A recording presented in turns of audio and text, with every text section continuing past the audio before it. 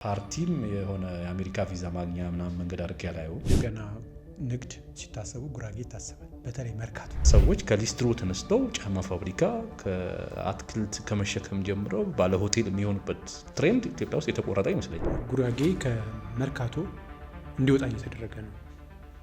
ታምንበታለህ? ጉራጌ በኢትዮጵያ የፖለቲካ ማትሪክስ ውስጥ ኦልሞስት ኔግሊጂብል ነው አሁን ባለው ቁመ ነው። መገለሉን በምንድን ነው ማረጋገጫ የሚሆነው? እንዴት ነው የተገለለው? እዚህኛው ሲሆን ሴፍቲ የሚሰማው የኔነት ስሜት የሚሰማው፣ እዚህ ሲሻገር ደግሞ እንግዳ የሚሆንበት ድንበር አለ። ፖለቲካ ላይ መግባት ሊቀመንበርም መሆን የራሱ ተጽዕኖ ይኖረዋል፣ ጥቅምም ሊኖር ይችላል። በአንተ በኩል ምን ኢምፓክት አለው? ተቃዋሚ ነህ ሲባል ከብዙ ነገሮች ይርቁሃል። ከአንተ ጋር የባንክ ትራንዛክሽን እንዲኖራቸው ዝግጆች አሉ።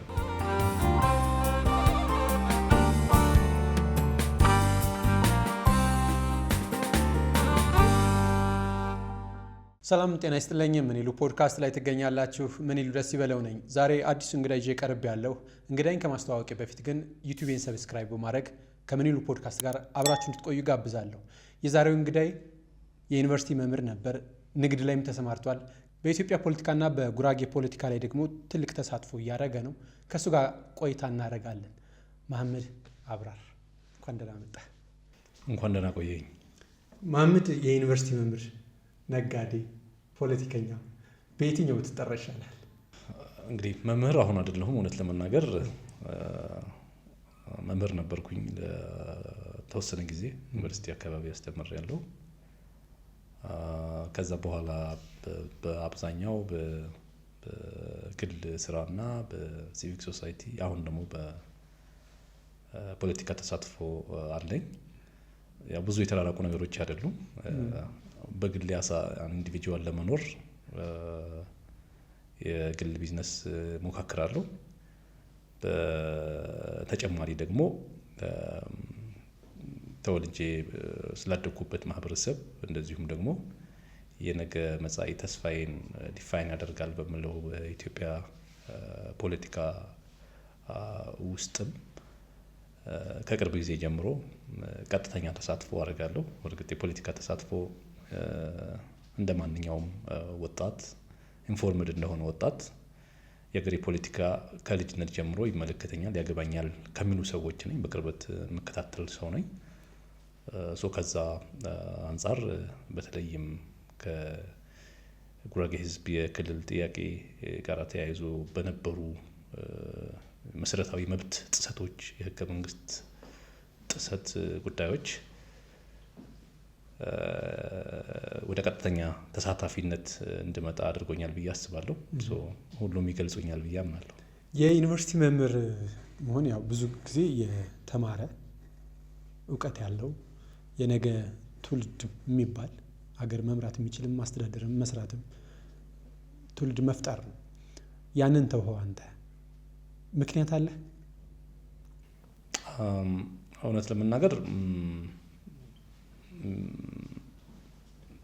ከልጅነት ጀምሬ አካዳሚክ ህይወት በጣም እንትን ያደርገኛል፣ ይማርከኛል። አሁን ካሉኝ ኢንጌጅመንቶች ጎን ለጎን አካዳሚክ ነገሩ አካባቢ ላይ መራቅ አልፈልግም። አሁንም ያንን ለመተው ፐርሰናል የሆኑ የህይወት ጉዳዮች ነበሩኝ፣ የሚያስገድዱኝ ቤተሰባዊ ጉዳዮች ነበሩኝ። አት ዘ ሴም ታይም ደግሞ ያው እንዳልኩ እዛ ላይ ዩኒክ የሆነ ኮንትሪቢዩሽኔን ብዙም አላየሁም ነበር። እውነት ለመናገር ያው እንደ አንድ መምህር በተሰጠኝ ጊዜ ውስጥ የምችላቸው ነገሮች አጭር ጊዜ ነው። የመምህርነት ህይወቴ በጣም ረጅም ጊዜ አይደለም። ስለዚህ ብዙ ቀዳዳ የምሞላበት ቦታ በተለይ መምህርነቱ ማለት ነው፣ የአካዳሚክ ህይወቱ ሳይሆን መምህርነቱ ብዙ ቀዳዳ የምሞላበት ቦታ መስሎ አልተሰማኝም። ብዙ ሰው ግን የመምህርነቱን አሁን እየተወ ያለ ከደሞዙ አንጻርና ከኑሮ ነው። እሱ ምናልባት አስቸግሮ ይሆን? እሱ ጥያቄ የለውም። በእርግጥ እኔ በማስተምርበት ጊዜ የዩኒቨርሲቲ መምህር አትሊስት ከሌላው የተሻለ ክፍያ ነበረው። ክፍያ መሰረታዊ ምክንያት ሊሆን አይችልም። ምክንያቱም ሌላውን ቦታ ብሄድ ካልሰረኩ በቀር ንጹህ ደሞዝ በማግኘት ረገድ ያው ከሁሉም ያነሰ አልነበረም። አትሊስት ከብዙዎቹ የተሻለ ነበርና ያው ደሞዙ እንደማያብቃቃ የታወቀ ነው።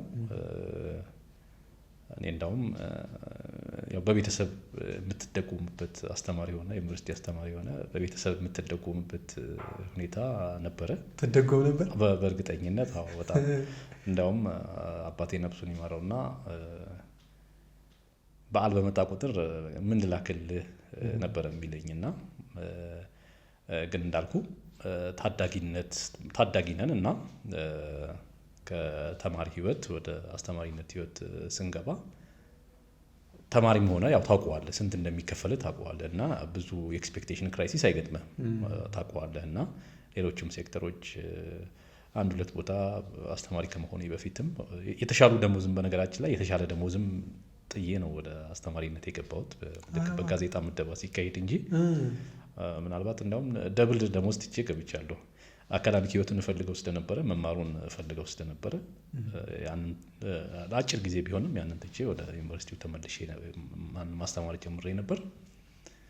በኋላ ግን እንዳልኩ በአብዛኛው ፐርሰናል በሆነ ምክንያት በግል ከቤተሰብ ህይወት ጋር በተገናኙ ጉዳዮች ያንን ለመተው ወሰንኩኝ እና ቀደም እንዳልኩ ደግሞ የኔ ዩኒክ የሆነ ኮንትሪቢዩሽንም አልታየኝም እዛ ቦታ ላይ ማለት ነው። መምህር እያለህ ኢኮኖሚክስ ነበር የምታስተምረው። ኢኮኖሚክስ ደግሞ ያው የሀገሪቱን የምጣኔ ሀብት ጉዳይ በደንብ ተንትኖም የሚያሳይም ነው። እኔ በጉራጌ ማህበረሰብ ውስጥ ትልቅ የሚባለው የንግድ ስርዓት ነው። ኢትዮጵያና ንግድ ሲታሰቡ ጉራጌ ይታሰባል። በተለይ መርካቶንና ጉራጌን እንዴት ነው የምታስተሳስረው? ያው አንድ የአዝማሪው ዘፋኙ እንዳለው መርካቶ የጉራጌ አዶቶ ይላልና አዶት ማለት እናት ማለት ነውና ጉራጌዎች በአብዛኛው መርካቶን እንደ እናት ነው የሚያዩት። የጉራጌ ስነ ልቦና የጉራጌ ስልጣኔ ከረጅም ዓመታት በነገራችን ላይ ከመርካቶ ጋር መርካቶ የሚለው ከገበያ ጋር ካስተሳሰር ነው ከመሸቀል ጋር ከግብይት ጋር ካስተሳሰር ነው ከስፔሲፊክ ቦታው በላይ በሁሉም የሀገሪቱ አካባቢዎች ያው መርካቶ የሚባሉ ጅማ ብትሄድ አይቲን ታገኛለህ ብዬ አስባለሁ። የተለያየ ቦታ ላይ ብትሄድ ከተሞች አካባቢ መርካቶ የሚባሉ ቦታዎች አሉ ነው ያው ገበያ ከሚል ማርኬት ከሚል የመጣ ይመስለኛልና ስለዚህ በጣም እንትኖች ተሳስረ ነው በድሮ ይሄ የምንድነው ንግድ የሲራራ ንግድ ከነበረበት ጊዜ ጀምሮ በጣም ዝነኛ ነጋዴዎች ዝነኛ አሳላፊዎች አሉ በታሪክ የሚታወቁ ጉራጌ አካባቢ በኢትዮጵያ ሚድል ኤጅ ውስጥ ብዙ ሚና የነበራቸው ከደቡብ ምዕራብ ወደ ሰሜን ምስራቅ በሚፈሰው የኢትዮጵያ የንግድ መስመር ውስጥ በጅማ መካከል አሳላጭ ነበሩ ማለት ትችላለህ እና አንዱ በተለይ ወደ ሰሜን ምስራቅ የሚሄዱት በዚህ በታጁራ በምናምን በኩል የሚያልፉ የነበሩት ከዚህ ከደቡብ ምዕራብ የኢትዮጵያ አካባቢ ብዙዎቹ የጉራጌን አካባቢ ሰንጥቀው ያልፉ ስለነበረ ከዛ ጊዜ ጀምሮ በጣም የዳበረ የንግድ የቆዳ የሌጦ የቡና የቅመማ ቅመም ጉዳይ ውስጥ ሰፊ ተሳትፎ እንደነበረ ያው በታሪክም የሚታወቅ ነው። ወደ ዘመናዊ እንትን ስንመጣ ደግሞ ከተሞች መመስረት ሲጀምሩ የንግድ ስርዓቱ በአጠቃላይ ሲቀየር የንግድ ስርዓቱ ድሮ እንደምታውቀው ሮ የሆኑ ወይም ጥሬ እቃዎች ከአንድ የሀገር አካባቢ ወደ እንትን ማጓጓዝ እንደዚሁም ደግሞ ማስመጣት ከውጭ ወደዚሁ ወደ ውስጥ ማስመጣት እና የዳበሩ ገበያዎች አልነበሩም፣ ከተሞች አልነበሩ በእርግጥ እና ከተሞች እያደጉ ሲመጡ ግን ሰውም ከአካባቢው ወደ ኢትዮጵያ የሚገኙ ወደ ተለያዩ ከተሞች በሰፊው መፍለስ ጀምረዋል እና ስሪቱ ነው ለጉራጌ ንግድ። ጉራጌን ከምንም ነገር በላይ ምን ዲፋይን ያደርገዋል ቢባል አይ ቲንክ ንግድ ዲፋይን ያደርገዋል ብዬ አስባለሁ በእንትን ህይወቱ። ስለዚህ ምንድነው ቁርኝቱ በጣም ጠንካራ ነው። እንግዲህ በኢትዮጵያ ታሪክ ውስጥም እንግዲህ ካየህ በተለይ ከወረራው በኋላ በነበረው ጊዜ የጣሊያን ወረራ ተመክቶ ሀገራችን ነፃነቷን ከተቀዳጀች ጊዜ በኋላ በነበረው ጊዜ ተሳትፎ በደንብ እያደገ ኢኮኖሚው፣ ፖለቲካው ምኑ ኢትዮጵያዊ መሆን ሲጀምር የውጭ ዶሚናንት በነገራችን ላይ ያው ከወረራው በፊትም ጀምሮ በአማካሪነት በምናምን በሚሽነሪ በምናምን ነገር ኢትዮጵያ ውስጥ ብዙ ተቋማት እንደምታውቀው የውጭ እንትኖች ነበሩ። የፈረንሳዮች፣ የስዊድኖች ምናምን እጅ ነበሩ። የእንግሊዞች በኋላ የጣሊያኖች ከወረራውም በፊት እንደዚሁ በተለያየ አካባቢ ማዕከላዊ መንግስቱን ባልተጠናከረበት ሁኔታ እያደጉ የመጡ ቁጥጥሮች ነበሩ። ጣልቃ ገብነት ባትላቸውም ያው በእርግጥ አንዳንዶቹ በፈቃድ ተጋብዘው የመጡ ናቸው። የንጉሱ አማካሪ፣ የአንድ አካባቢ የገዢው አማካሪ ምናምን እያደረጉ የመጡ ሰዎች ነበሩ። ቢዝነስ ላይም እንደዚሁ እንደምታየው ነው። እንግዲህ በመላው ሀገራችን የነበሩ ሱቆች ራሱ ያው አረብ ቤት ሄደህ አምጣ ይባላል ያው በታሪክ እና አርመኖች ነበሩ፣ ግሪኮች ነበሩ። በኋላ እንግዲህ ይሄ ሰብስቲቲዩት የማድረግ ነገር ሶቨሬኒቲን ዲፋይን የሚያደርገው ፖለቲካ ሶቨሬኒቲ ብቻ አይደለም፣ ኢኮኖሚክ ሶቨሬኒቲ። አሁን ብዙ አፍሪካ ሀገራት ከቅኝ ግዛት እንኳን ቢወጡ አሁን ምዕራብ አፍሪካን የሚያምሰው እንትን ካየው ስቲል የፈረንሳይ እጅ ሰፊ ነው። የኢኮኖሚ እንትኑ የተፈጥሮ ሀብቶቹ የሚወጡበት ወደ ገበያ የሚቀርቡበት ሰንሰለት የኮሎኒያል እንትኑ የተከተለ ነው። ላይኑ ተከትሎ ነው። ስቲል አልተቆረጠም። እና አሁን አንዳንድ እዚህ የሚሊተሪ እንትኖች ከመጡ በኋላ ውሎች ተሰረዙ ምናምን የሚባሉ ነገሮች በብዛት ትሰማለህ። እና ብዙ አፍሪካ ሀገራት እንደውም አንድ ጊዜ እኔ ወደ ኬንያ አካባቢ ምናምን ስትሄድ የህንዶች ፕሬዘንስ በጣም እንትን ያደርጋል። ኢኮኖሚው ላይ ገበያው ላይ በጣም ቪዚብል ናቸው። ወደ ኢትዮጵያ ስትመጣ ግን ገበያው ቅኝ ግዛት እንትን ባንልም ገበያው ግን ከሞላ ጎደል አስረክብን ነበር ማለት ትችላለህ። ኢትዮጵያ ሙሉ ሶቨሬን የሆነ እንትን ሪክሌም ለማድረግ ፖለቲካሊ ኦኬ ሁለተኛው የዓለም ጦርነት በፈጠረው ዕድል በአርበኞቹ ተጋድሎ እና እንግሊዞች፣ አሜሪካኖች ለራሳቸው ደግሞ በነበራቸው እንትን ጣሊያንን ድራይቭ ካደረጉ በኋላ ግን ያ የማስቀጠል ፍላጎት ነበሩ።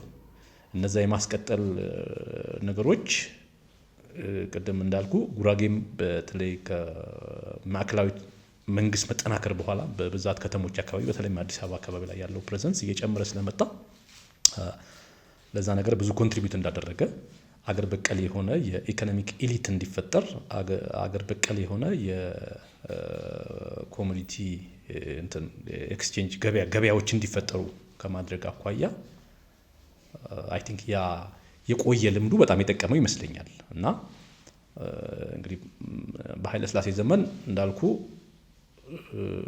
ቴክኒካል በሆነ መንገድ አገር በቀል ባለ ሀብቶች እንዲመጡ ሰፖርት የማድረግ እንቅስቃሴዎች ነበሩ። የመጡበት መንገድ ግን እኔ የሚገርመኝ እሱ ነው። አፄ ኃይለ ሥላሴ አረቦች፣ ግሪኮች፣ አርመኖች ይዞት የነበረውን ንግድ ኢትዮጵያዊ እንዲይዘው ሲፈለግ ያው ብዙ ጊዜ እና አፄ ኃይለ ሥላሴ የሚወቀሱበት መንገድ አለ። ፊውዳል ናቸው ለብሔራቸው አሁን ባለው የፖለቲካ ሪቶሪክ እና በዛን ዘመን ግን ከጉራጌ የተወሰኑ ሰዎች መጣው ንግዱ ላይ ይችላሉ ብለው ብድር ሰጡ። ማስጀመርን እንዴት ታየዋለህ? እንግዲህ እንዳልኩ እሱን አሁን የጉራጌ የንግድ መጀመሪያ ፖይንት አድርጌ አልወስደው። ብዙ ሰዎች እንደዛ በስህተት ይወስዱታል። እንዳልኩ በጣም ብዙ የቆየ ነው። ኢትዮጵያ ውስጥ እኮ እዚህ አንድ በተለይ አፄ ምኒልክ አካባቢ የጉምሩክ እንትን ላይ ምናምን የነበሩ ኮርቼ የሚባሉ በጣም እንግዲህ የሀገሩ ትልቁ ቢዝነስ አንቀሳቃሽ ምናምን የነበሩ ሰው ገና በአፄ ምኒልክ ዘመን የጉራጌ ተወላጅ ነበሩ። በርካታ ተወላጆች ነበሩ። በጎዳና ላይ በምናምን ንግድ የሚሰሩ ብዙ ሰዎች ነበሩ። አይ ቲንክ ለኃይለ ሥላሴ እንትንም ቅርብ የሆኑት ቅድም እንዳልኩ ከአገርህ እንትን ማድረግ ስትፈልግ ኦፖርቹኒቲውን እንትን ማድረግ የሚችል መጠቀም የሚችል ዝግጁ የሆነ ማን ነው የሚለው ይመስለኛል። ያው ብሔራቸው ተፈልጎ ለጉራጌዎች ይሰጥ ምናምን የተባለ አይመስለኝም። አይደለም እሱን ነው ሪዮቴሪኩ እና ተግባሩ ይለያይ ሚስኮንሴፕሽን እንዳይኖር ማለት ነው። እና ግን እንዳልኩ ጉራጌ ስሪቱ ነው ብዬ አምናለሁ ቢዝነስ። እና ጉራጌ ቢዝነስ ውስጥ ውጤታማ ለመሆን የሚፈልገው የመንግስት አላግባብ የሆነ ተጽዕኖ ብቻ ከሌለበት በሌላው ነገር ኮምፒት ማድረግ ይችላል ብዬ አስባለሁ። እኔ አሁን አንዳንድ ሰዎች አሁን ከገበያ ድራይቭ እየተደረገ ነው እየወጣ ነው የሚል ስጋት ያላቸው ሰዎች አሉ። በተለይም አሁን እየተደረጉ ያሉ የሆነ የኢኮኖሚ ሪፎርሞች ምናምን አሉ እና ያው ያወጡታል የሚል ስጋት አለ። ግን እኔ ከሱ በላይ ማህበረሰቡን ከመርካቶ ቀደም ካልከው ከገበያ ነቅሎ ካወጣው ሊያወጣው የሚችለው የመንግስት ያልተገባ ጫና ካልሆነ በቀር አይ ቲንክ ከውጮቹ በጣም ኮምፒት ማድረግ ይችላል። ያንን ማሳይቷል ብዬ አስባለሁ። በኃይለ ሥላሴ ዘመንም እነዛ በህግ እንዲወጡ አልተደረጉም። በህግ እንዲወጡ የተደረጉት ደርግ ከመጣ በኋላ ናሽናላይዜሽን ፖሊሲ ሲከተል ያው ጉራጌዎችም ተወርሰዋል። የውጭ ሀገር ዜጎችም የሀገር ውስጥ ዜጎችም የሀገር ውስጥ ዜጎች ከ500 ሺህ ብር በላይ ካፒታል እንዳይኖራቸው፣ የውጭ ሀገር ዜጎች ደግሞ ሙሉ በሙሉ ንብረታቸው ናሽናላይዝ እንዲደረግ የተደረገው በደርግ ጊዜ ነው። በኃይለ ሥላሴ ዘመን ግን ኢፌክቲቭሊ በገበያው ኮምፒት በማድረግ የተሻለ ሰርቪስ በመስጠት የተሻለ ዋጋ በማቅረብ የተሻለ የሸቀጦች መሳለጥ በመፍጠር አይ ቲንክ ኮምፒተንት መሆናቸው ከግሪኮች ጋር ከአረቦቹ ጋር ከአርመኖቹ ጋር ኮምፒት አድርገው አሳይተዋል ብዬ አምናለሁ። እና እንግዲህ ምን ለማለት ፈልጌ መሰለ ቢዝነስ ማንነቱን ዲፋይን ከሚያደርጉ ነገሮች ነው ብዬ አምናለሁ የጉራጌ ሶሳይቲ። እና ገበያዎች አካባቢ ላይ ያለው ነገር ከዛ በዚህ በገበያዎች አካባቢ ላይ በመሸጥ በመነገድ በምናምን ላይ የምናየው ነገር አንደኛ በጣም ወደኋላ ብዙ ታሪክ ያለው ነው። ብዙ ዶክመንት ያልተደረገ ነው። ምናልባት አንድ የአዲስ አበባ ዩኒቨርሲቲ የታሪክ ምሁር ሲያወሩ የሰማሁት እንግዲህ የጉራጌ ናሽናሊዝም የኢኮኖሚክ ናሽናሊዝም ነው ብሎ አንድ እንትን ላይ ሲያቀርቡ ሰምቻለሁ እና እሱን ሼር አድርገዋለሁ። በሆነ ወቅት ተነስቷል፣ ጊዜውን አላውቅም። ጉራጌ ከመርካቶ እንዲወጣ እየተደረገ ነው። ታምንበታለህ? አዎ። እንዴት መሰለ ንግድ በባህሪው ነፃ ገበያ ይፈልጋል። ነፃ ገበያውን የሚያሳልጥ ደግሞ በንግዱ ላይ ኢንተረስት የሌለው መንግስት ይፈልጋል። ኢትዮጵያ ውስጥ የምናየው ግን መንግስት በንግድ ጉዳይ ላይ ኒውትራል ነው ብዬ አላምንም። አቅም ያላቸው ሰዎች ሰብረው እንዲወጡ ሳይሆን ሰብረው እንዲወጡ የሚፈልጉ አካላት ቀጥታም ሆነ ቀጥታ ያልሆነ ድጋፍ በመስጠት ድጋፉ መሬት መስጠት ሊሆን ይችላል። ድጋፉ የባንክ ብድር ማመቻቸት ሊሆን ይችላል። ድጋፉ የግብር እፎይታ መስጠት ሊሆን ይችላል። ድጋፉ በጉምሩክና በመሳሰሉት መንገዶች ተገቢ ያልሆነ አድቫንቴጅ መስጠት ሊሆን ይችላል። በተለያየ መንገድ ግን ኢትዮጵያ ውስጥ የፖለቲካ ስልጣን የተቆጣጠሩ አካላት የራሳቸው ኢኮኖሚክ ኤሊት የመፍጠር ቀጥተኛ ፍላጎት አላቸው። ይሄ ብዙ የተደበቀ ጉዳይ አይመስለኝም። ከረጅም ጊዜ ጀምሮ ያንን ስርዓት አይዲዮሎጂ የሚቀበሉ የዛ አይዲዮሎጂ ቫንጋርድ የሚባሉ ኢኮኖሚክ ሰፕላይ ላይኑን ያጠናክራሉ የሚባሉ ሰዎች ኢኮኖሚው ዶሚኔት እንዲያደርግ የሚፈልጉት ስለሆነ ከዛ አንጻር ያው ጉራጌ በኢትዮጵያ የፖለቲካ ማትሪክስ ውስጥ ኦልሞስት ኔግሊጂብል ነው አሁን ባለው ቁመ ነው። ስለዚህ ያንን ኢንተረስቱ የሚያስጠብቅበት ሁኔታ ስለሌለና በፓወር ማትሪክስ ውስጥ ዶሚናንት ፕሌየር የሚባሉ አካላት ውስጥ ስለሌለ ያወደድክም ጠላህም መንግስት የራሱ የፖለቲካ እይታና አይዲዮሎጂ የሚያራምዱ የፖለቲካ የኢኮኖሚ ኤሊት እንበለው የመፍጠር ፍላጎት እስካለው ጊዜ ድረስ የፖለቲካ ድጋፍ የማያገኘው የጉራጌ ማህበረሰብ ያው ወደደም ጠላ ከኢኮኖሚው ሲስተማቲካሊ እየተገፋ መውጣቱ አይቀርም፣ እየወጣም ስለሆነ ማለት ነውና ስትራክቸራሊ ነው እሱን ጥያቄ ማየት የምችለው ነው። ስትራክቸራሊ ማለት ሁለቱ የፖለቲካ ስልጣን የያዘ አካል የራሴ የሚላቸው የራሴ አይዲዮሎጂ ያራምዱልኛል፣ የራሴ ኢንተረስቶች ያስፋፉልኛል የሚላቸው መንግስት ግን በባህሪው በኢኮኖሚ ውስጥ እንደነዛ አይነት ከእንደነዛ አይነት ነገሮች ኒውትራል የሆነ መንግስት መጫወቻ ሜዳ ትፈጥራለህ። ገለልተኛ የሆነ የመጫወቻ ሜዳ ትፈጥራለህ። በዛ ሜዳ ውስጥ ስለሚመጡ ሰዎች ግን ብላይንድ መሆን አለብህ። ከዚህ አካባቢ ከዚህ አይዲዮሎጂ ከዛ ምናምን የሚሉ ሰዎች አይነት እይታ መኖር የለበትም። ግን ባለፉት አመታት ኢትዮጵያ ውስጥ ያየ ነው። ለምሳሌ በቀደመው መንግስት የልማታዊ ባለሀብት ከቨሩ ልማታዊ ባለሀብት ነው፣ ዋናው ግን አይዲዮሎጂካል ጉዳዩ ከዛ አይዲዮሎጂ ጋር ትቆማለህ አትቆም። ከዛ አይዲዮሎጂ ጋር የምትቆምበት መሰረትና ምክንያት ከሌለ ኢኮኖሚ ውስጥ ተጠርገህ ትወጣለህ። ስለዚህ ከዛ አይዲዮሎጂ ጋር ለኢኮኖሚክ ኢንትረስትህ ብለህ ትቆማለህ ወይስ አትቆምም ነው። አት ዘ ሴም ታይም አሁንም ባለው ስርዓት ውስጥ የምናየው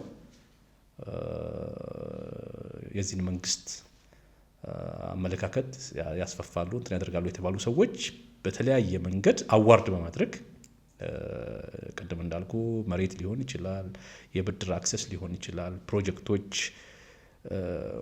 ያለ ውድድር እንዲያገኙ በማመቻቸት በተለያዩ አርቲፊሻሊ ባለሀብት ትፈጥራለህ ነው። አፍተር አርቲፊሻሊ ፊክስ እያደረግ ሰዎች በጥረታቸው ምናልባት አሁን ባለው ሁኔታ ሰዎች ከሊስትሮ ተነስተው ጫማ ፋብሪካ ከአትክልት ከመሸከም ጀምረው ባለ ሆቴል የሚሆኑበት ትሬንድ ኢትዮጵያ ውስጥ የተቆረጠ ይመስለኛል። የጉራጌ ትሬንድ የምንለው ያ ትሬንድ ነው። በባዶ መጥቶ ከጥቃቅን ነገሮች ዝቅ ብሎ ሰርቶ ስሩ ታይም ቢውልድ እያደረገ እየጨመረ ሄዶ መለወጥና ማደግ የሚባለው እንትን በአብዛኛው የተቆረጠ ይመስላል። በቅርብ ዓመታት በኢትዮጵያ ውስጥ በተለይ ባለፉት 30 ምናምን ዓመታት ያ ትሬንድ እየሳሳ መጥቷል። ከዛ ይልቅ ከፖለቲካ ኤሊቱ ጋር የሆነ አይነት ትስስር የፈጠሩ ሰዎች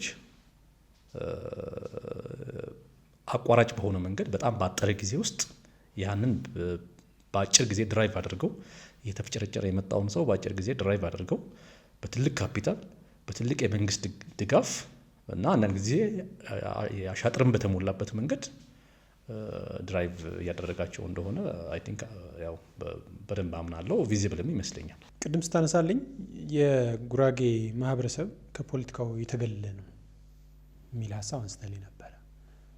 መገለሉን በምንድን ነው ማረጋገጫ የሚሆነው? እንዴት ነው የተገለለው? እንግዲህ የፖለቲካ መገለል መገፋት የምንለው በአንድ ሀገር ፖሊሲ ሜኪንግ የአገርን የወደፊት ጉዞ ዲፋይን በሚያደርጉ የህዝቦችን ሪሌቲቭ ተጠቃሚነት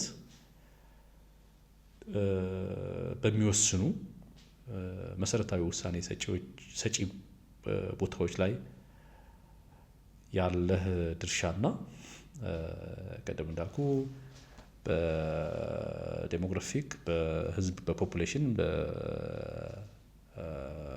በኢኮኖሚው በከተሞች ስርጭት ያለህን ቁጥር ከግምት ውስጥ አስገብተህ እና ውሳኔ በሚሰጡባቸው ኤሪያዎች አስፒሬሽን ለምሳሌ በጣም ግልጽ ነገር እኮ ነው። የጉራጌ ህዝብ ላለፉት 5-6-8 ዓመታት እየሆኑ የክልል ጥያቄ አስፓየር ሲያደርግ ነበር። ብዙ ዋጋ ሲከፍል ቆይቷል። ኢትዮጵያ ውስጥ ህገ መንግስቱ ግልጽ ነው። ህገ መንግስታዊ ፕሮሲጀርስ ሙሉ ለሙሉ የማህበረሰብ እንደ ማህበረሰብ ራሱን በክልልነት የሚያደራጅበት የህገ መንግስቱ አንቀጽ 47 ላይ የተጠቀሱ ሙሉ ዝርዝር ነገሮች ጨርሷል። መንግስት ግን ያው እንዳየኸው ፍቃደኛ አይደለም። የፖለቲካ የክልል ቀደም ለማንሳት እንደሞከርኩት አንዱ የክልልነት ጥያቄን የምናየው በኢትዮጵያ ህገ መንግስት ኮንቴክስት በኢትዮጵያ የፖለቲካ አውድ ውስጥ ሆነን ነው የምናየው። በኢትዮጵያ ምንድነው የህገ መንግስትና የፖለቲካ አውድ ውስጥ አንተ ራሱ ስትጠይቀኝ ጉራጌ እያልክ ነው የምትጠይቀኝ። አሁን የጉራጌ ስለሆንኩ በጉራጌ ጉዳይ ላይ ምናምን አድቮኬት ይሄን እንድናደርግ ያደረገን ስትራክቸራል የሆነ አገራዊ ህገ መንግስታዊ ፖለቲካዊ መዋቅር አለ። አፍተር ኦል ስናወራ ስለ ኢኮኖሚ ተጠቃሚነቱ እናወራለን። ስለ ናሽናል ምናምን ነገር አይደለም እናወራው። ስለ ጉራጌ ህዝብ የኢኮኖሚ ተጠቃሚነት እናወራለን። የፖለቲካ ተጠቃሚነት ምናምን ኢሹዎች እናወራለን። ተገፋ ስንል የሪፕሬዘንቴሽን ጉዳይ አንዱ ነው።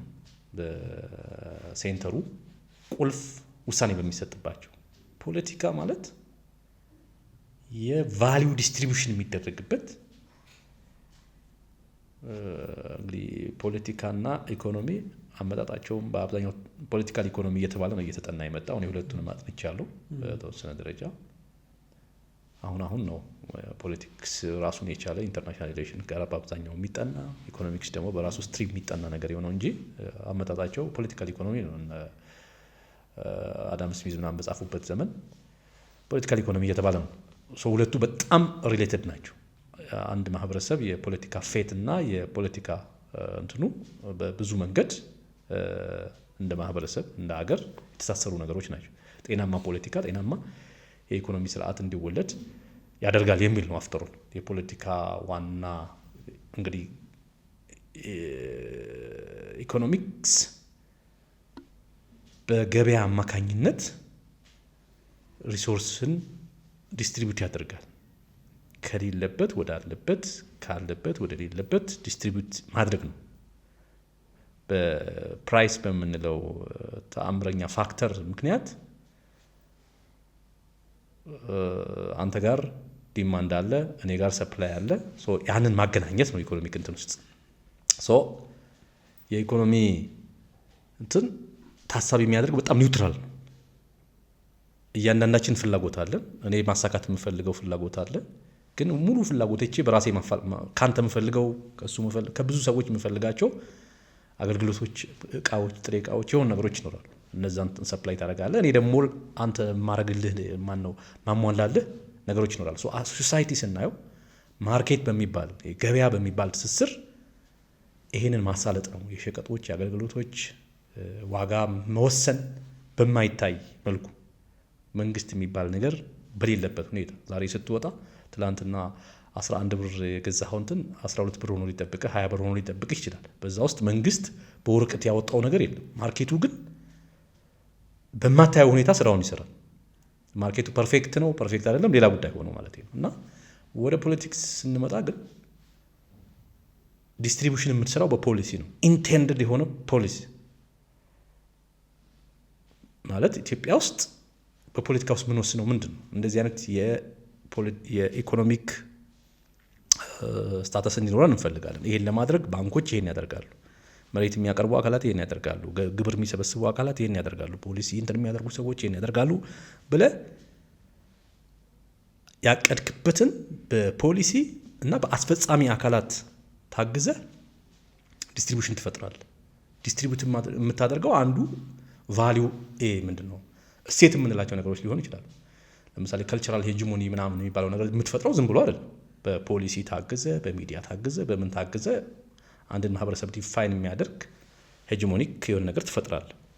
አልሴም ታይም ኢኮኖሚክ ፍላጎትም እንደዚሁ መፍጠር የምትፈልገው የኢኮኖሚክ ኤሊት ማኑፋክቸሪንግ ዘርፉን ነው ማጠናከር የምፈልገው፣ ግብርናውን ነው፣ ሰርቪስ ሴክተሩን ነው።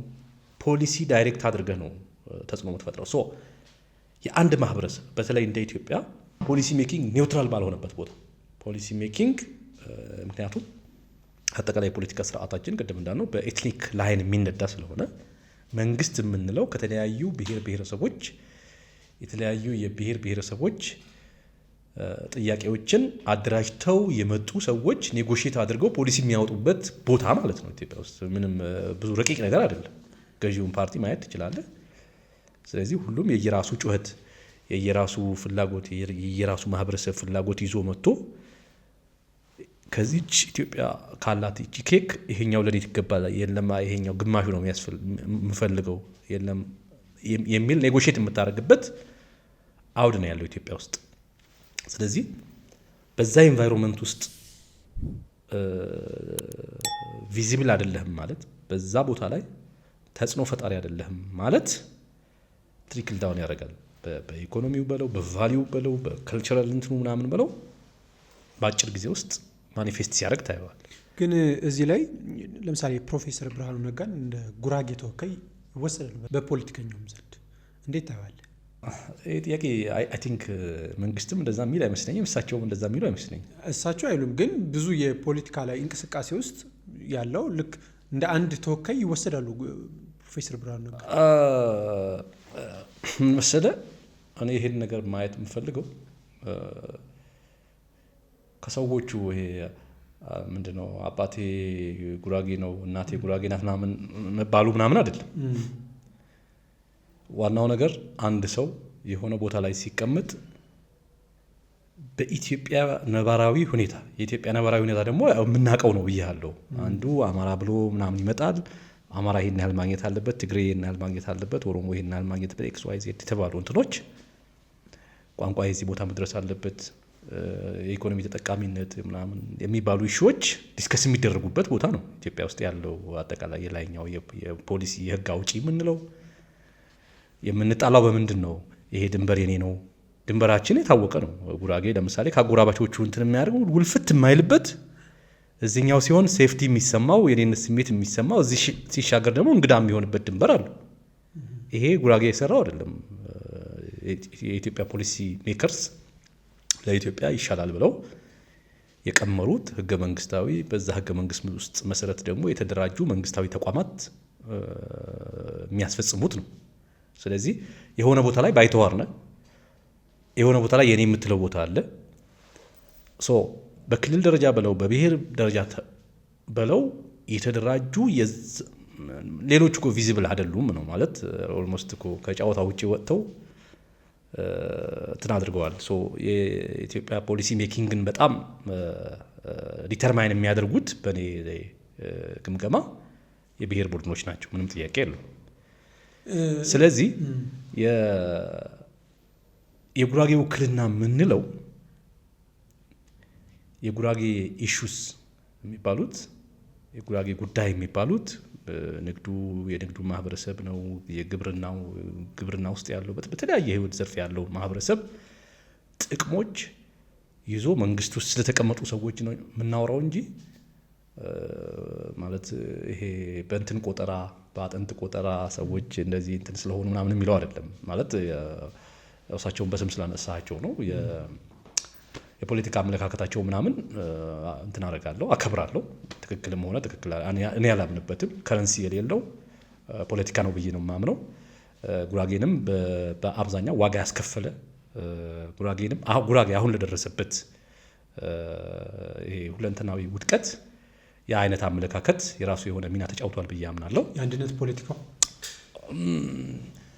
ያው እሳቸው የሚያራምዱ አብዛኛው የአንድነት ፖለቲካ የሚባለው የአንድነት የሚለው ትንሽ ያጨቃጭቀን ይችላል። ምክንያቱም አንድነት ሁሉም ይፈልገዋል ማለት ኢትዮጵያ ውስጥ አሁን የአንድነት ኢሹ አይመስለኝም። ግን ምን አይነት አንድነት የሚለው ጉዳይ ላይ እና እኛ የምናወራው በተለይ አሁን የምናወራው ከሪያሊቲ አንጻር ኢትዮጵያ ውስጥ ከሰፈነው ህገ መንግስት ሆኖ መንግስት ሆኖ ተቋም ሆኖ እያስተዳደረ ካለው እውነታ ጋር ነው የምናወራው እንጂ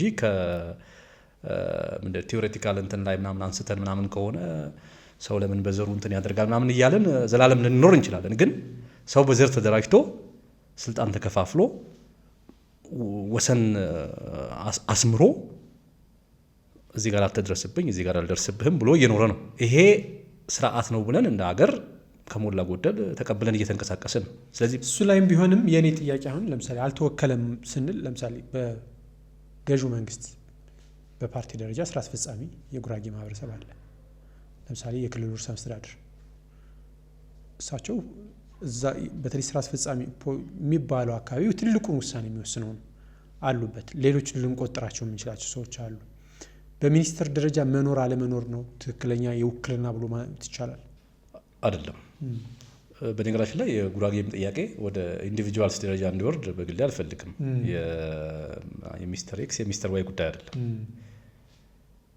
ጉራጌ አልተወክልም ወይም ወደ ፔሪፈሪ ተገፍቷል የምንለው በጣም ግልጽ ነገር እኮ ነው። ማለት የጉራጌ ምክር ቤት በድምፁ የወሰነው ህገ መንግስታዊ መብቱ ኮማንድ ፖስት አውጀ አንገቱን ጠፍንገ የሆነ ቦታ ላይ እንደ ቅርጫት እንደ ቆሻሻ ነገር እንደዚህ መወርወር የምትችል ከሆነ ሪፕሬዘንቴሽን የለህም ማለት እኮ ነው። ማለት ህገ መንግስታዊ መብትህ ሆኖ ህገ መንግስታዊ በሆነና ሰላማዊ ዴሞክራሲያዊ በሆነ መንገድ ኤክሰርሳይዝ አድርገህ የጨረስከውን ኢሹ መንግስት ተቀብሎ ሊያስፈጽምልህ ፈቃደኛ ካልሆነ ለምን ነው የማያደርገው? ምንም አታመጣም፣ ፖለቲካሊ ኔግሊጂብል ነህ ብሎ ስላመነ ነው እንጂ በሌላ ምክንያት አይደለም። ስለዚህ ሪፕሬዘንቴሽን ማለት እኮ እሱ ነው እንጂ የሆነ ጉራጌ የሚባሉ ሰዎች በየሴክተሩ ምናምን ጣልጣል ሲደረጉ ሰዎች ሊሆኑ ይችላሉ። የእነዚህ ሰዎችን ጉዳይ ግን የምናየው አንደኛ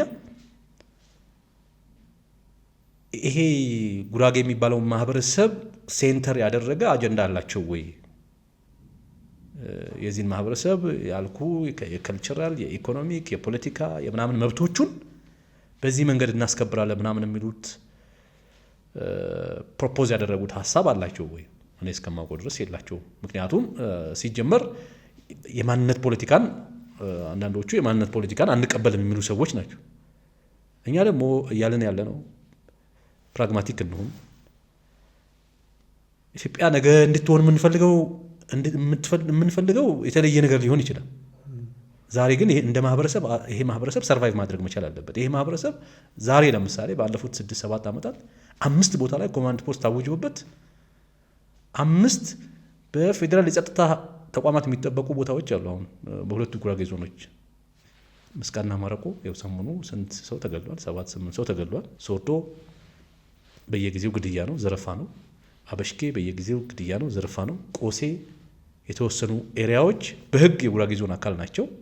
በተግባር ግን ከአጎራባች የሚነሱ ሽፍቶች እያስተዳደሯቸው ነው። መንግስት ያውቃል፣ የክልሉ መንግስት ያውቃል፣ የፌዴራል መንግስቱ ያውቃል። ወልቂጤ ቅድም ስታደርገው የነበረው በጸጥታ ችግር ውስጥ ነው ያለው። ሲሪየስ የሆነ የጸጥታ እነዚህ የጸጥታ ችግሮች እንዳይወለዱም ቅድም ያልኩ የከልቸራል፣ የፖለቲካል፣ የኢኮኖሚክ ስታተሱን ከፍ ሊያደርግለት የሚችል ይህ ማህበረሰብ ጠንቅቆ ያውቃል።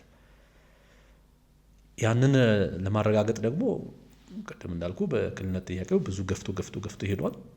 የመጨረሻው ከማህበረሰቡ የሚጠበቀው ከማህበረሰቡ እኮ አይደለም ከምክር ቤቱ የሚጠበቀው ህዝቡን ከወከለው ምክር ቤት የሚጠበቀው ነገር 100% ካለቀ በኋላ ለምንድነው ተፈጻሚነት ያላገኘው ካልክ ያው ምንም አያመጡም ነው። ወይ ሸፍቱ ነው ወይ ደግሞ ሰሚት አድርጉ ነው። ስለዚህ ያው ሰው ሰሚት ማድረጉን ተቀብሏል። መሸፈት ወይ አቅም ስለሌለው ሊሆን ይችላል ወይ ደግሞ ስላልፈለገው ሊሆን ይችላል እንትን አላደረገም። ስለዚህ የውክልና ጉዳይ ስናነሳ ለምን ሩቅ ነገር እናደርገዋለን? የአንድ የሁለት የሶስት ሰዎች የውክልና ጉዳይ ሳይሆን ዴሞክራቲክ የሆኑ ህገ መንግስታዊ የሆኑ መብቶች ህጋዊና ሰላማዊ በሆነ መንገድ አቅርበ እና ሌጋል በሆኑ ተቋማት ምክር ቤቱ ነው ለምሳሌ ለእንደዚህ አይነት ጥያቄዎች በምክር ቤት በኩል አሳልፈ የመጣቸው ነገሮች እንደምንም እንደ ተራ ነገር መታለፍ የሚችሉ ከሆነ በዚህ አገር የፖለቲካ እንትን ውስጥ የለህም ማለት ነው። አፍጥሩ አንድ ማህበረሰብ እንደ ማህበረሰብ የሆነ ቦታ ላይ አለ ልትለው የምትችለው አንድ ውሳኔ ሲወሰን ለምሳሌ ህገ መንግስታዊ መብቱን በጠራራ ፀሐይ ስትዘርፈው ይሄ ሊፈጥርብኝ ይችላል፣ ይሄ ሊያመጣብኝ ይችላል፣ ፖለቲካል ኮንሲኩዌንሱ መንግስት ማስላት የሚችልበት እንትን ውስጥ ጭንቀትና የሆነ እንትን ውስጥ ማስገባት ከቻለ ፖለቲካ ያለህ ማለት ነው። ካልሆነ ግን ዴሞክራቲክ እንዴ አሁን ባለው ሐሳቤ ጉራጌ የሚባለው ማህበረሰብ ጉራጌ አይደለም፣ ጉራጌ የሚባል ማህበረሰብ የለም፣ ጉራጌ የሚባል የለም፣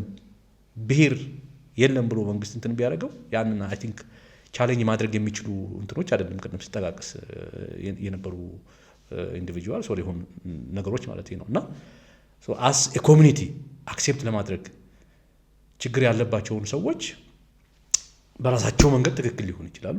ግን አስ ኤ ኮሚኒቲ ጉራጌ የሚባል ብሔር አለ፣ ቦርደር ያለው ምናምን ያለው በህገ መንግስት እውቅና ያለው ማህበረሰብ ይሄ ማህበረሰብ ግን ራሱን ለማልማት ራሱን በኢትዮጵያ እንትን ውስጥ ወደ ሴንተር ለማምጣት ኢኮኖሚክ ኢንተረስቶቹን ለማስጠበቅ የማህበራዊ ፖለቲካዊ ጥቅሞቹን ለማስጠበቅ የሚያደርጋቸው እንቅስቃሴዎች ውስጥ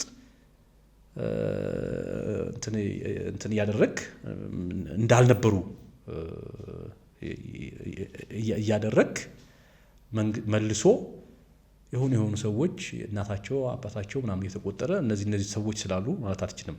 ጥያቄዎቹ ይታወቃሉ ማለት ነው። እንዳው በጣም ሌሎቹን ነገሮች እንትን አድርገን ብናያቸው አንዳንዶቹ ጎላ ያሉ መንግስትን በብዙ ሲያስጨንቁ የነበሩ ጥያቄዎቹ የተወረወሩበት እና ማህበረሰቡ አጣብቂኝ ውስጥ እንዲገባ የተደረገበት መንገድ ካየ ፖለቲካሊ ሲግኒፊካንት የሆነ ውክልና እንደሌለው ማረጋገጫ ነው። የፖለቲካ ውክልና ማለት ያቀረብከው ህጋዊና ሰላማዊ ነገር መደመጥ ማለት ይመስለኛል በእኔ ያረዳድ።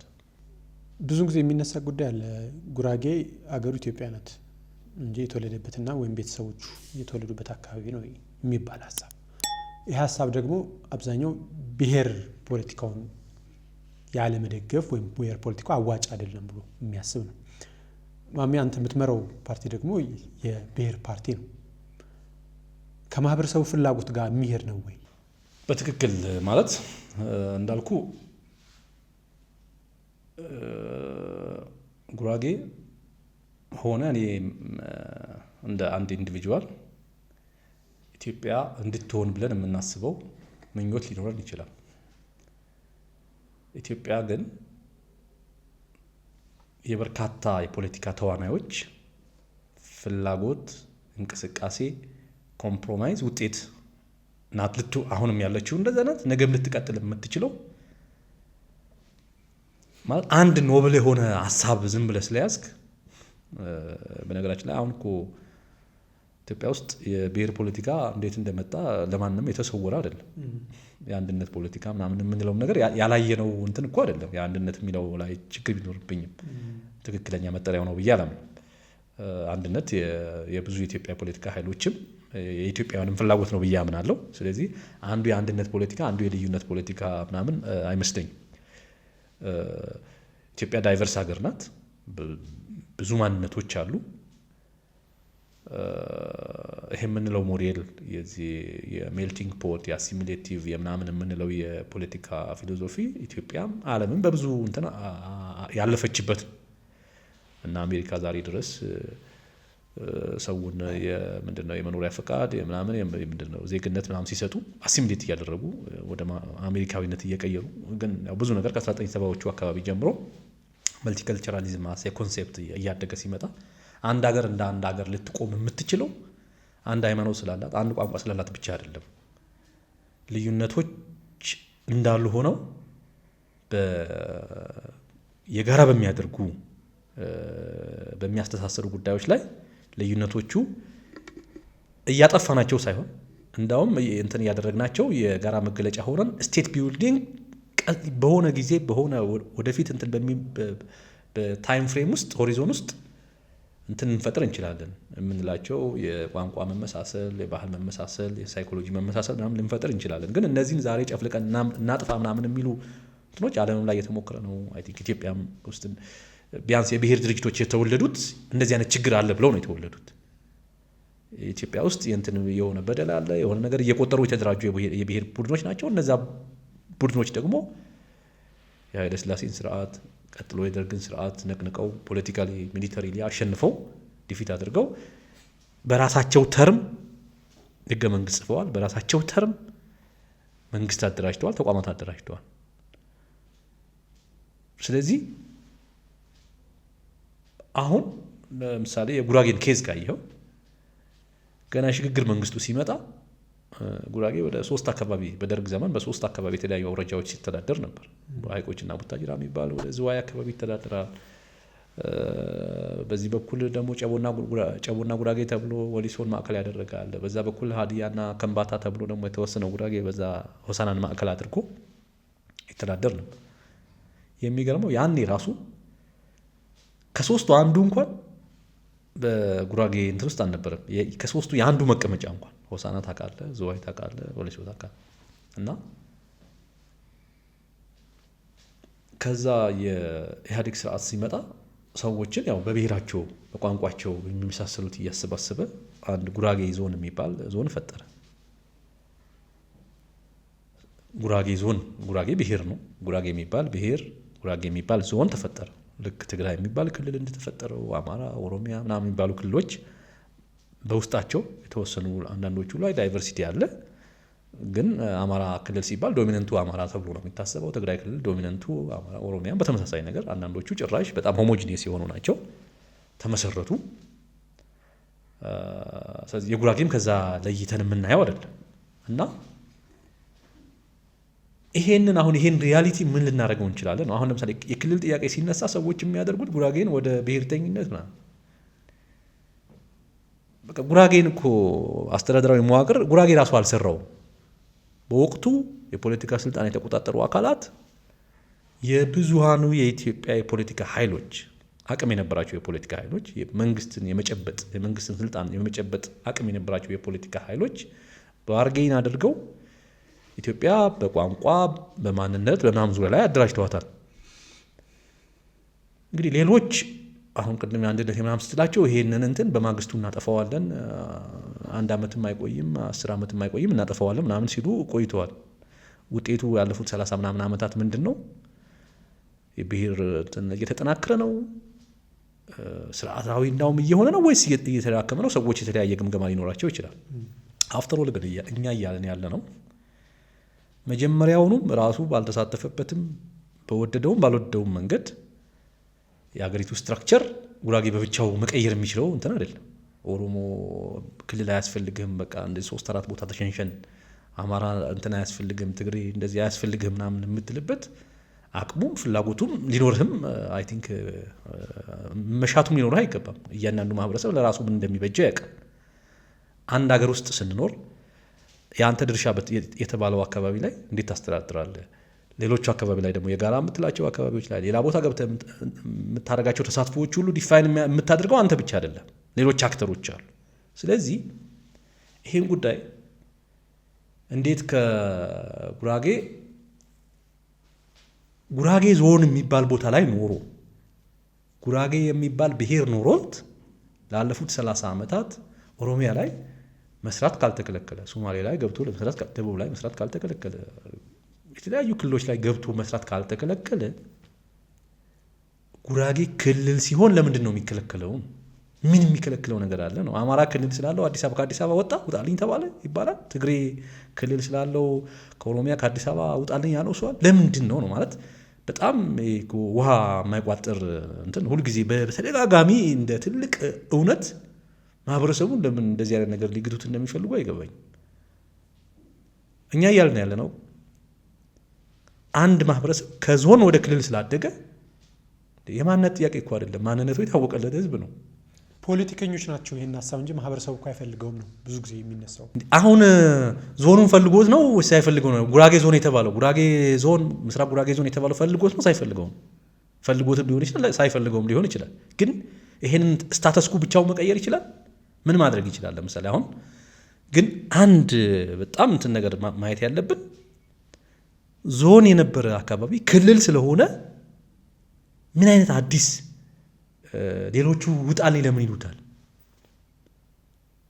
አሁን ዞን ሆኖ ላለፉት 30 ምናምን ዓመታት ጉራጌ ዞን ሆኖ ጉራጌ የሚባል መታወቂያ ይዞ እየሄደ አገልግሎት እያገኘ ንግድ እየነገደ ያለ ማህበረሰብ ወደ ክልል ካደገ ኦሮሞ ገፍቶ ያስወጣል፣ ሶማሌው ገፍቶ ያስወጣል፣ ደቡብ ገፍቶ ያስወጣል የሚለው እንትን አለው ወይ ነው? ሴንስ ያደርጋል ወይ ነው?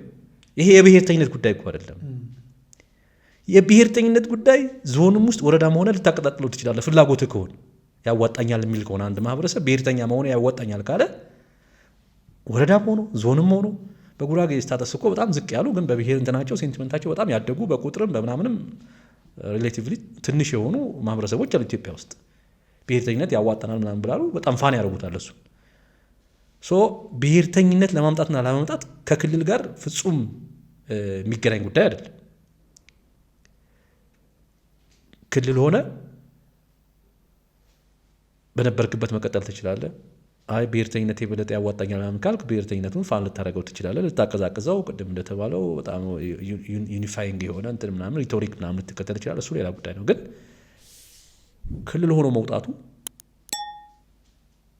እንዳልኩ የብሔርተኝነት ትግል አይደለም። ክልል መሆን ማለት የልማት ጥያቄ ነው። ቅድም እንዳልኩ ግን የልማት ጥያቄውን እኔ ብዙ ጊዜ በዚህ ጉዳይ ብዙ ሰዎችም ጠይቄያለሁ። የተጻፉ ጽሁፎችን ለማንም በሞክሬያለሁ። በሁለት ጎራ የተከፋፈለ ነው።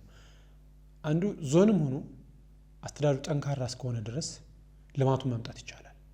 ክልል ከሆንክ እንዲያውም ባለስልጣንና ኃላፊ ከማብዛትና ሪሶርስ ከማባከን የዘለለ አይሆንም የሚል ጥያቄ አለ። ክልል ቢሆንም የሚያገኘው በጀት ተመሳሳይ ነው፣ በህዝብ ቁጥር ነው የሚያገኘው። ዞን ቢሆንም በህዝብ ቁጥር ነው በጀቱን የሚያገኘው። ልማቱ የሚያገኘው ክልል ቢሆን ምን ያህል የጨመረ ሊመጣ ይችላል የሚል ጥያቄ ያለው ሰው አለ። በሌላ በኩል ደግሞ አንተና እንዳንተ መሰሎች ደግሞ አይ ክልል መሆን አለበት፣ ልማት ማምጣት አለበት ይላል። በህዝብ ቁጥር ልክ በኢትዮጵያ የበጀት ቀመር የህዝብ ቁጥር ነው የሚወስነው። የሚመጣው በጀት በህዝብ ቁጥር ልክ ከመጣ ክልል ሆነ ዞን ሆነ ምንድን ነው ልዩነት የሚሆነው ነው? ጥሩ ሁለት ነገሮች ልመልስልህ በጣም አጠራጠር አድርጌ። አንደኛው እንደዚህ አይነት ዲቤት ጉራጌ ክልል ያስፈልገዋል አያስፈልገውም ላለፉት 7-8 ዓመታት ብዙ ዲቤት ተካሂዷል። የዲቤቶቹ ውጤት ወደ ፖሊሲ ተሸጋግሯል። ዲቤቶቹ እልባት አግኝተዋል። እልባት ያገኙት እንዴት ነው? በጉራጌ ውስጥ ይሄ ሀሳብ 2010 ወይ 11 አካባቢ ላይ ከተነሳበት ጊዜ ጀምሮ እንደዚህ አይነት ውይይቶች ነበሩ። አንዳንዶቹ ቅድም እንዳልኩ ይሄን ማህበረሰብ ዝም ብሎ በቀቢጸ ተስፋ ምናምን የብሔር ፖለቲካ ነገ ይጠፋል እያሉ ምናምን ብዙ ዘመን እንትን ሲያደርጉት የኖሩ ቡድኖች ተጠፋለ፣ ገፍተው ያወጡሃል፣ ክልል ከሆንክ በቃ ከአካባቢ ከንግዱ ከመርካቶ የሚያወጡሃል፣ ከእንትን የሚያወጡሃል ምናምን የሚሉ ምንም ይሄ ትራሽ የሆነ ሀሳብ ሲግቱት ቆይተዋል። አቅርበዋል በተለያየ መድረክ፣ መንግስትም ደግፏቸው መድረክ ተመቻችቶላቸው ህዝቡን በደንብ ሀሳብ እንዲቀይር ለማድረግ ሞክረዋል። አዘሴም ታይም በሌላ ወገን ደግሞ ያሉ ቀስቅሰዋል እና የጉራጌ ህዝብ ትልቁ የስልጣን ባለቤት የሚባለው የዞኑ ምክር ቤት ነው። በመንግስት አሁን እኮ የፓርቲ ጥያቄ የአክቲቪዝም የምናምን ብለን እንትን ልናደርገው አንችልም። ይሄ ጉዳይ ይሄ ውይይት ተካሂዶ ፖሊሲ ሆኖ የህግ እልባት የተሰጠበት ጉዳይ ነው። አትሊስት በዞኑ አቅም ደረጃ ማለት ነው። በወቅቱ በነበረው በዞኑ አሁን 2 ዞኖች ሆነዋል። ውሳኔ የተሰጠበት ጉዳይ ነው። ውሳኔው ዴሞክራቲክ የሆነ ዴሊብሬሽን ከተካሄደ በኋላ አይ ክልልነቱ ያስፈልገናል ያዋጣናል የሚለው ዶሚኔት አድርጎ ወጥቷል። የመንግስት ጫና ቢኖርም ምን ቢኖርም በምክር ቤት ቀርቦ ከአንድም 2 ጊዜ ቀርቦ የክልል ጥያቄው ጸንቷል። ስለዚህ አሁን እኛ የምናወራው ነገር ዋጋ የለውም። ይሄ ማህበረሰብ ስለ ራሱ አያቅም። ህዝቡንም የወከለው ምክር ቤት ስለ ኢትዮጵያ ምንም አያቅም፣ ስለ ህግም አያቅም፣ ማህበረሰቡ የሚጠቅመውና የማይጠቅመው ነገር አያቅም ብለን ምክር ቤቱን እያሳነስንና እንትን እያደረግን ካልሆነ በቀር ወቅቱ ያለፈበት ኢሹ ነው። ይሄ ኢሹ መነሳትም ከነበረበት እኔ በጣም የሚያሳዝነኝ በጣም የዲሞክራሲ እንትን እናቀነቅላለን የአንድነት የምናምን እናቀነቅላለን የሚሉ ሰዎች ምክር ቤት በወሰነበት ጉዳይ አሁን ከምክር ቤት በፊት የሚነገሩ አይነት ጉዳዮች ምክር ቤት ከወሰነ በኋላም አንተ ያለ ምርጫ እንደዚህ አይነት ሀሳብ ያላቸው ሰዎች ያላቸው ምርጫ አንድ ብቻ ነው። ሪፈረንደም ህዝበ ውሳኔ እንዲካሄድ ተደርጎ ህዝበ ውሳኔ ከመካሄዱ በፊት ግን ይሄ እንደሚሉት ህዝቡ አትቀበለው፣ ምክር ቤቱ አሳስቶ ጎልድ ያስገባህ ነው፣ ችግር ውስጥ ሊከትህ ነው፣ እንድትፈናቀል ሊያደርግህ ነው፣ ስለዚህ ክልልነት ይቅርብኝ ብለህ ወስን ብሎ መቀስቀስ ይሄ ጥሩ ነው። አሁን ይሄ የህዝበ ውሳኔ መብቱም የህዝብ ውሳኔ እንግዲህ ከህግ አንጻር የህግ አውጪ ውሳኔ ያገኘ ጉዳይ ነው። ከህዝብ አንጻር ደግሞ ለህዝቡ የሚበጀው ነገር እነሱ የሚያውቁ ከሆነ ህዝቡን እንዳየኸው ነው፣ በየአዳራሹ መሰብሰብ ይችላሉ። ኢቲቪ የነሱ ነው፣ ፋና የነሱ ነው፣ በሁሉም ሚዲያ እንደፈለጉ እንትን ማድረግ ይችላሉ። ህዝቡን ማሳመን የሚችሉ ከሆነ ህዝቡ በድምፁ የክልል ጥያቄውን ውድቅ አድርጎ በቃ ህዝብ የማይፈልገው ጥያቄ ነው። አዎ ስለዚህ ጉራጌ እውነትም እንትን ቢያደርግ ከየእንትኑ ሊፈናቀል ነው ምናምን ያን ማሳመን ልትችል ይሆናል። ያንንም መብት እኮ ነው የነፈጉትና ስለዚህ ብዙ እንትን የሚያደርገን አይደለም። አንደኛ በዚህ ከህግ አንጻር ካየ ነው ማለት ነው። ከሌላ አንጻር ግን የበጀት የምናምን ሾች ስታነሳ ስለነበረ ነው። ምክር ቤት ሲወስን ራሱ እኮ እነዚህ ጉዳዮች በጣም ዲስከስ የተደረጉ ነገሮች ናቸው። ኢትዮጵያ የፌዴራል ስርዓት ቤዚካሊ ሰዎች የብሔር ብሔረሰቦች ፌዴሬሽን ቢሉትም በእኔ አረዳድ እንዳውም በአብዛኛው የክልሎች ፌዴሬሽን ነው ብዬ ነው የማምነው። ስለዚህ በኢትዮጵያ ቁልፍ የውሳኔ ጉዳዮች ላይ ቦታ እንዲኖርህ ከፈለግ አንደኛ ቀደም ያልኩ የኑሜሪካል አድቫንቴጅ አለው። ሌጋሊ ህገ መንግስቱ የሚያስቀምጣቸው ወይም ደግሞ የአገሪቱ ሌሎች አቻ ክልሎች ወደ ክልል የመጡበት ሁኔታ ምናልባት ጉራጌ አሁን እኮ ቢደራጅ በኢትዮጵያ ትልቁ 6ኛው 7ኛው ክልል ነው የሚሆነው። 6ኛው ወይ 7ኛው 10 ምናምን ካሉ ክልሎች 7 ከ6 እስከ 8 አካባቢ ባሉት ካልተሳሳትኩ የሚያርፍ ክልል በየትኛው መመዘኛ ካየኸው ማለት ነው። ስለዚህ ማን ነው ከዚህ ህዝቡ በላይ ማን ነው ህዝቡ ይበጁኛል ብሎ ከመረጣቸው ካውንስል ሜምበርስ ወይም የምክር ቤት አባላት በላይ ስለ ህዝቡ ቅርበትና እውቀት ያለው ማን ሆነና ነው ማለት እንትን አያደርገውም። ልማት አያመጣለትም። ልማት የሚያመጣለትና የማያመጣለትን ይሄ ህዝብ እንዴት አያውቅም ብሎ ይናቃል። አሁን እኮ እኛ የምናወራው ጉዳይ ከሆነ ትሞግተዋለህ፣ ችግር የለውም። የፖለቲካ አመለካከት ነው፣ ህዝብ ሊቀሰቅስበት ምናምን ይፈልግ። ይህ እንዳልኩ ነው፣ ህግ እኮ ነው። የህዝቡ ከፍተኛው ህግ አውጪ አካል የወሰነው ውሳኔ ነው። ግን ለህግ የበላይነት የሚገዛ መንግስት ስለሌለ በሀገሪቱ እንደ ቀልድ አልፎ በማይፈልገው አልፈልግም ብሎ ውድቅ ባደረገው ለምክር ቤት ቀርቦ አልደራጅም ባለበት ክልል ውስጥ ወስደው ጥለውታል። እንዳልኩ ወይ ሸፍት ነው ወይ እጅ ስጥ ነው። ለጊዜው እጅ የሰጠ ነው የሚመስለው። የክልልነት ከሆነ በኋላ በተለይ የወልቂጤ አካባቢ ሁሌም ግጭቶች አሉ። የልማት ጉዳዮች፣ የመሰረተ ልማት ጉዳይ ይነሳል። በዛው ከተማው አካባቢ ደግሞ ቀቢና እነዚህ የሚባሉ የማህበረሰቦችም አለ። በጉጉት በእናንተ ፓርቲ እንዴት ነው የሚታየው? እንዳልኩ በተለይ ከክልልነት ጥያቄ በኋላ የኢትዮጵያ ፖለቲካ በጣም የሚያሳዝነኝ በጣም መርህ አልባ ፖለቲካ መሆኑ በግልጽ የምታየው ፍጹም ሰላማዊ እና ፍጹም ህጋዊ ስትራክቸሩን ጠብቁ ስትራክቸራል ይሄ ጎረምሳ በማሰማራት እንትን በማድረግ ምናምን ሳይሆን ዴሞክራሲያዊ በሆነ በምክር ቤት ክርክር ህጋዊ ነው፣ ሰላማዊ ነው፣ ስትራክቸሩን ይጠብቅ ነው። የመንግስት ስትራክቸር ተከትሎ የተጠየቀ ጥያቄና እልባት ያገኘ ጉዳይ ምላሽ ከመስጠት ይልቅ ያው መንግስት የበቀል መንገድ ነው ሄደው። የበቀል መንገዱ ጉራጌ ዞን ለሁለት እንዲከፈል ተደርጓል። ለሁለት እንዲከፈል ያው የጉራጌ ክልል ጥያቄም ሲጠየቅ ክልሉ ቢሳካም ምናልባት ክልሉ በተለያዩ ዞኖች መከፈሉም አይቀርም። በጣም በሚያሳዝን ሁኔታ ግን አንድ ጂኦግራፊ ሼር የሚያደርግ አንድ ብሔር ኢትዮጵያ ውስጥ በታሪክ ለመጀመሪያ ጊዜ የጋራ ምክር ቤት እንዳይኖረው ተደርጓል በብልጽግና መንግስት።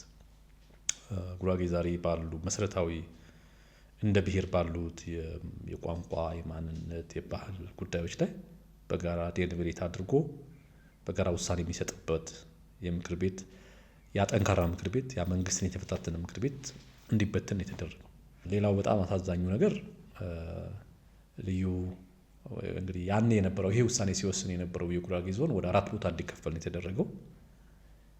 በምክር ቤት ያለቀው ፌዴሬሽን ምክር ቤት የደረሰው የምርጫ ቦርድ ህዝበ ውሳኔ ብቻ ሲጠባበቅ የነበረው የጉራጌ ህዝብ የክልል ጥያቄ ባላየ ባልሰማ ተረግጦ ያልተጠየቁ ጥያቄዎች ኦቨርናይት በምክር ቤት ውሳኔ ያልተሰጠባቸው ኢሹዎች ኦቨርናይት ምላሽ እንዲያገኙ ተደርጎ አዲሱ ክልል ተደራጀ።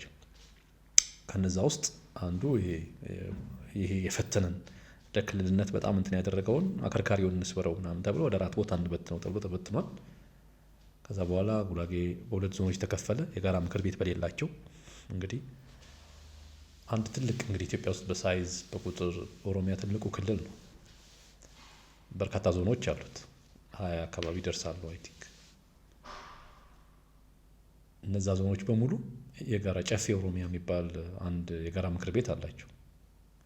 የኦሮሞን ህዝብ መሰረታዊ የፖለቲካ፣ የኢኮኖሚ፣ የማህበራዊ ጉዳዮች በተመለከተ እንደ ኦሮሞ ህዝብ ተነጋግረው የሚወስኑበት የጋራ ምክር ቤት አላቸው።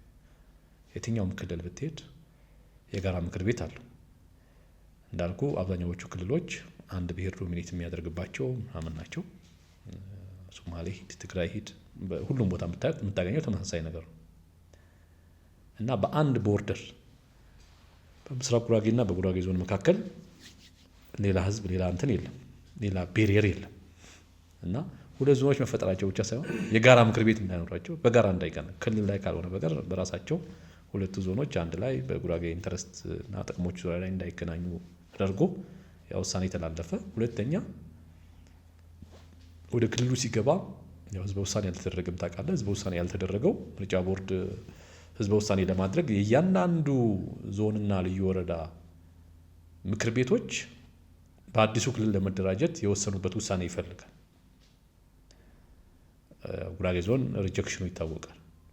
ስለዚህ ህዝበ ውሳኔ ሪፈረንደም ማድረግ አይቻልም። አዲሱ ክልል ሲመሰረት ህገ መንግስቱን በጣሰ ሁኔታ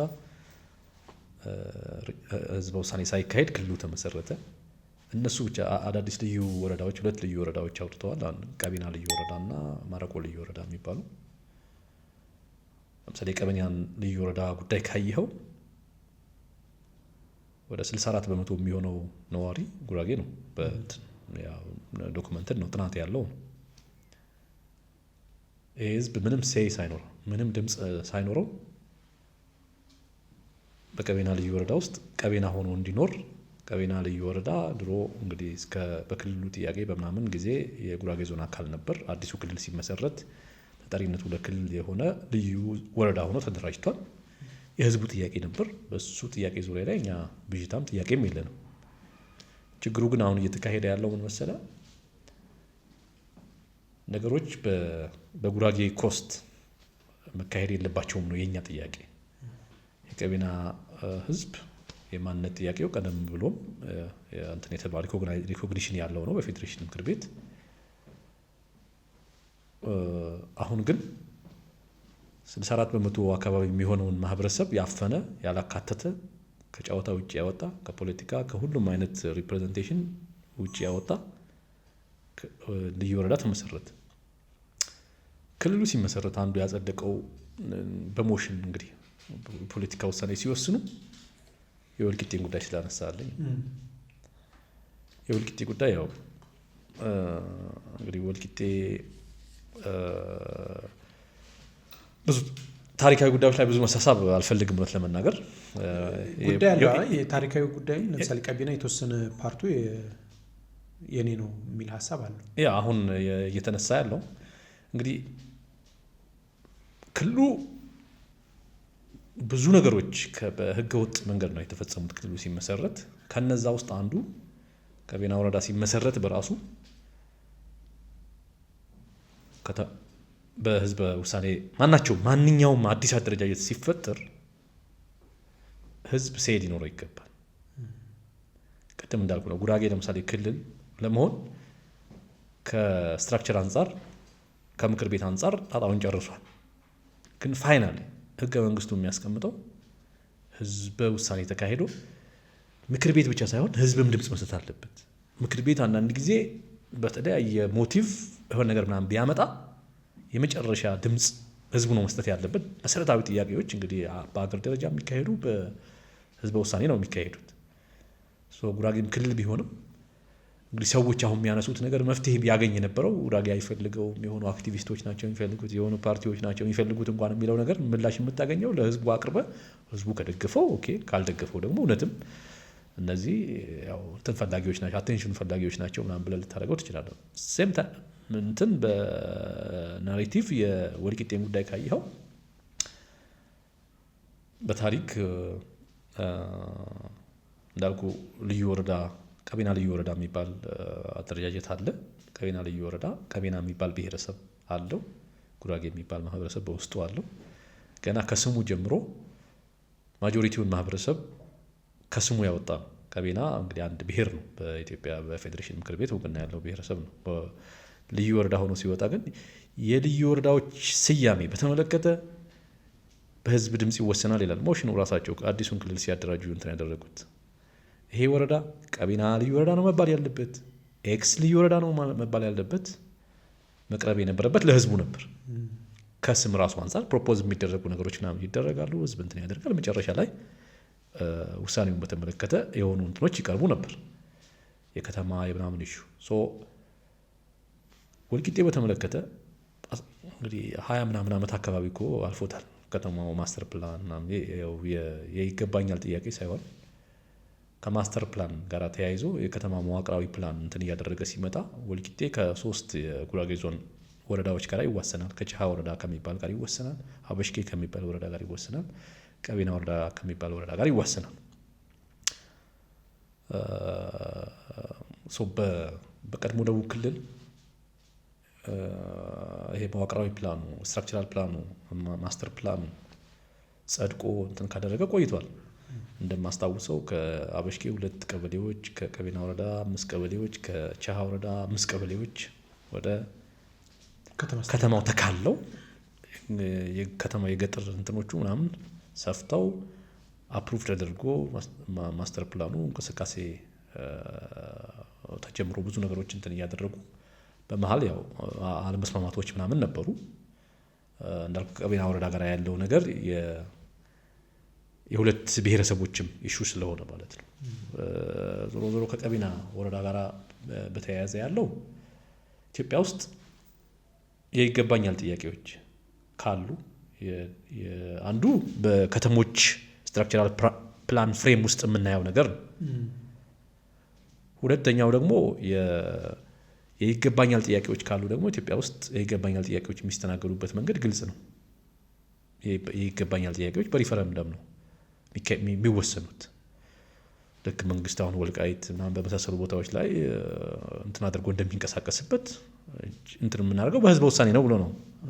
እንትኑ የማንነት የወሰን የምናምን ጉዳዮች በዛ መንገድ ነው የሚወሰኑት። ስለዚህ እነዚያ ስልጤ ከጉራጌ እንደተለየበት ስልጤ ከጉራጌ ጋር ለምሳሌ ሲለይ ህዝበ ውሳኔ ነው አይደል የተካሄደው። የቦርደርም ጥያቄዎች ካሉ ጥናት ይካሄዳል። መጨረሻ ላይ ግን በቦርደር ጉዳይ ለምሳሌ ብዙ በሶማሌና በኦሮሚያና የም በሶማሌና አፋር በኦሮሚያና አፋር እንደዚህ አካባቢዎች በርካታ እንትን የነበረባቸው ጭቅጭቅ በነገራችን ላይ በጉራጌና በኦሮሚያ መካከልም 1980ዎቹ አካባቢ በሪፈረንደም እልባት ያገኙ ቦታዎች አሉ። የትኛው መዋቅር እንደሚሻላቸው አሁን ለምሳሌ የሚያወዛግቡት የምስራቅ መስቃንና የማረቆ አካባቢ የሚባለውን በምስራቅ ጉራጌ አካባቢ ያሉትን ኤሪያዎች ምናምን ካየ እንደዚሁ በሪፈረንደም ውሳኔ ያገኙ ቦታዎች ናቸው። እስቲ ሌሎች ጥያቄዎች እየመጡ ነው። በቆሴ የሚባለው ሀዲያና ጉራጌ በሚዋሰንበት አካባቢ በተመሳሳይ አሁን ወደ 4 የሚሆኑ ቀበሌዎች ከጉራጌ ዞን ቁጥጥር ውጭ ናቸው። በህግ የጉራጌ ዞን አካል ናቸው። በማስተዳደር ደረጃ ግን ከጉራጌ ዞን መዋቅር ውጭ ናቸው። እንደነዚህ አይነት ችግሮች የሚፈቱበት ኢትዮጵያ ውስጥ ስርዓት አለ። መንግስት እነዛን ስርዓት ለምን በጊዜው ችግሮች ሳይወሳሰቡ አምጥቶ እንትን እንደማድረግ ነው። የእኛ ፖዚሽን ግልጽ ነው በዚህ ጉዳይ ላይ በየትኛውም ቦታ ላይ ማለት የመሬት የማስፋፋት የምናምን አስፒሬሽን የለንም እውነት ለመናገር። ስለዚህ ቆሴ አካባቢ ላይ ኢሹ ካለ የቆሴን አካባቢ ጉዳይ የዛ አካባቢ ነዋሪ የሚወስነው ከሀዲያ ጋር መሆኑ ነው፣ ከጉራጌ ጋር መሆኑ ነው። በምስራቅ መስቃንና በማረቆ በተመሳሳይ ወልቂጤና ዙሪያው በተመሳሳይ እልባት ማግኘት የሚችሉ ጉዳዮች መንግስት ግን እነዚህን እልባት ማድረግ የማይፈልገው የጉራጌ ክልል ጥያቄ መልሶ ሪቫይቭ እንዳያደርግ ቅድም እንዳልኩ አከርካሪውን መተነዋል። በሴኩሪቲ ትሬት ውስጥ በግራም በቀኝም ወደ 5 በሚሆኑ ማዕዘኖች ውስጥ በሴኩሪቲ እንትን ውስጥ አንትን አድርገ ነው ግራንድ የሆነ ጥያቄውን ትልቁን ጥያቄዎቹ በአገር በመሀል ፖለቲካ ውስጥ በሴንተር ፖለቲካ ውስጥ ኢንቮልቭ የማድረግ ፍላጎቱን የክልል የምናምን ትልልቅ ጥያቄዎቹን ለማስጣል ያው በጥቃቅን አካባቢያዊ ኢሹዎች የመጠመድ ጉዳይ ካልሆነ በቀር እንትኑ ግልጽ ነው ማለት ችግሩ የሚፈታበት መንገድ ግልጽ ነው። እኛ በወልቂጤም ቀቤና ወረዳ የሚባለው ቦታ ራሱ እዛው ወረዳ ውስጥ ያሉ ቅድም ያልኩት 64 በመቶ የሚሆኑት ማህበረሰብ ክፍሎች የራሳቸው ወረዳ ጠይቀዋል። አሁን በኢህአዴግም በብልጽግናም እየቀጠለ ያለው ችግር ምን መሰለ? ጉራጌ አይደለንም የሚሉ ሰዎች ድምፅ ለማድመጥ ችግር የለባቸውም። ጉራጌ ነን የሚሉ ሰዎች ድምፅ ለምን ማፈን እንደሚፈልጉ ግልጽ አይደለም። ለምሳሌ ቀቤና ወረዳ ውስጥ የቀቤና ወረዳ በመቋቋሙ ልዩ ወረዳ በመሆኑ በእኛ በኩል ደስተኞች ነን። የህዝብ ጥያቄ ነው። የማንነት ጥያቄ ያልነበረበትም የአስተዳደር ጥያቄ ነበር። አስተዳደራዊ ጥያቄው ምላሽ ማግኘቱ ጥሩ ነው። ግን እዛ ውስጥ መሬት እንዳያገኙ የገጠር መሬት እንዳያገኙ ተደርገው የፖለቲካ ሪፕሬዘንቴሽን እንዳይኖራቸው በወረዳው በልዩ ወረዳው ስያሜ ማንነታቸው የተፋቁ ጉራጌዎች የሚያነሱት የወረዳ ጥያቄም በተመሳሳይ ምላሽ ሊያገኝ ይገባ ነበር። ክልሉ ከመመስረቱ በፊት ነው እነዚህ ጥያቄዎች የተጠየቁት። በዚህ በኩል ጉራጌዎቹን የጠየቁት ጥያቄ አፍኖ የክልል ጥያቄውንም አፍኖታል። እዛ ወረዳ ውስጥ ያሉ ምስራቅ አበሽጌ ወረዳ በሚል መደራጀት ያደረጉት ጥያቄ ውድቅ አድርጎ ማንነታቸውን ብዙ ነገር ጨፍልቆ በዛ ወረዳ ውስጥ ምናምን ማካተቱ ፌር አይደለም ብለን እናምናለን። ስለዚህ ግን እንዳው እንደ እንትን የወልቂጤ ጉዳይ ጭቅጭቅ ካለበት ህዝቡ የሚፈታው ነው። ለህዝቡ ድምጽ ይሰጠው ነው ማለት አፍተር ኦል ውሳኔ የሚሰጠው ያ ማህበረሰብ ያ ነዋሪ ያ ህዝብ ስለሆነ በዛ መንገድ እልባት ማግኘት የሚችል እንግዲህ ከማስተር ፕላኑ ጋር የተያያዙ ጉዳዮች በከተማ እንትን ደረጃ የሚታዩ በክልሉ ደረጃ እንትን የሚደረጉ ናቸው። ግን ከመሬት የይገባኛል ጥያቄ ጋር የተያያዙ ጉዳዮች ደግሞ የሚፈቱበት መንገድ የታወቀ ነው። አሁንም የወለኔ ብሔር ጥያቄም አለ።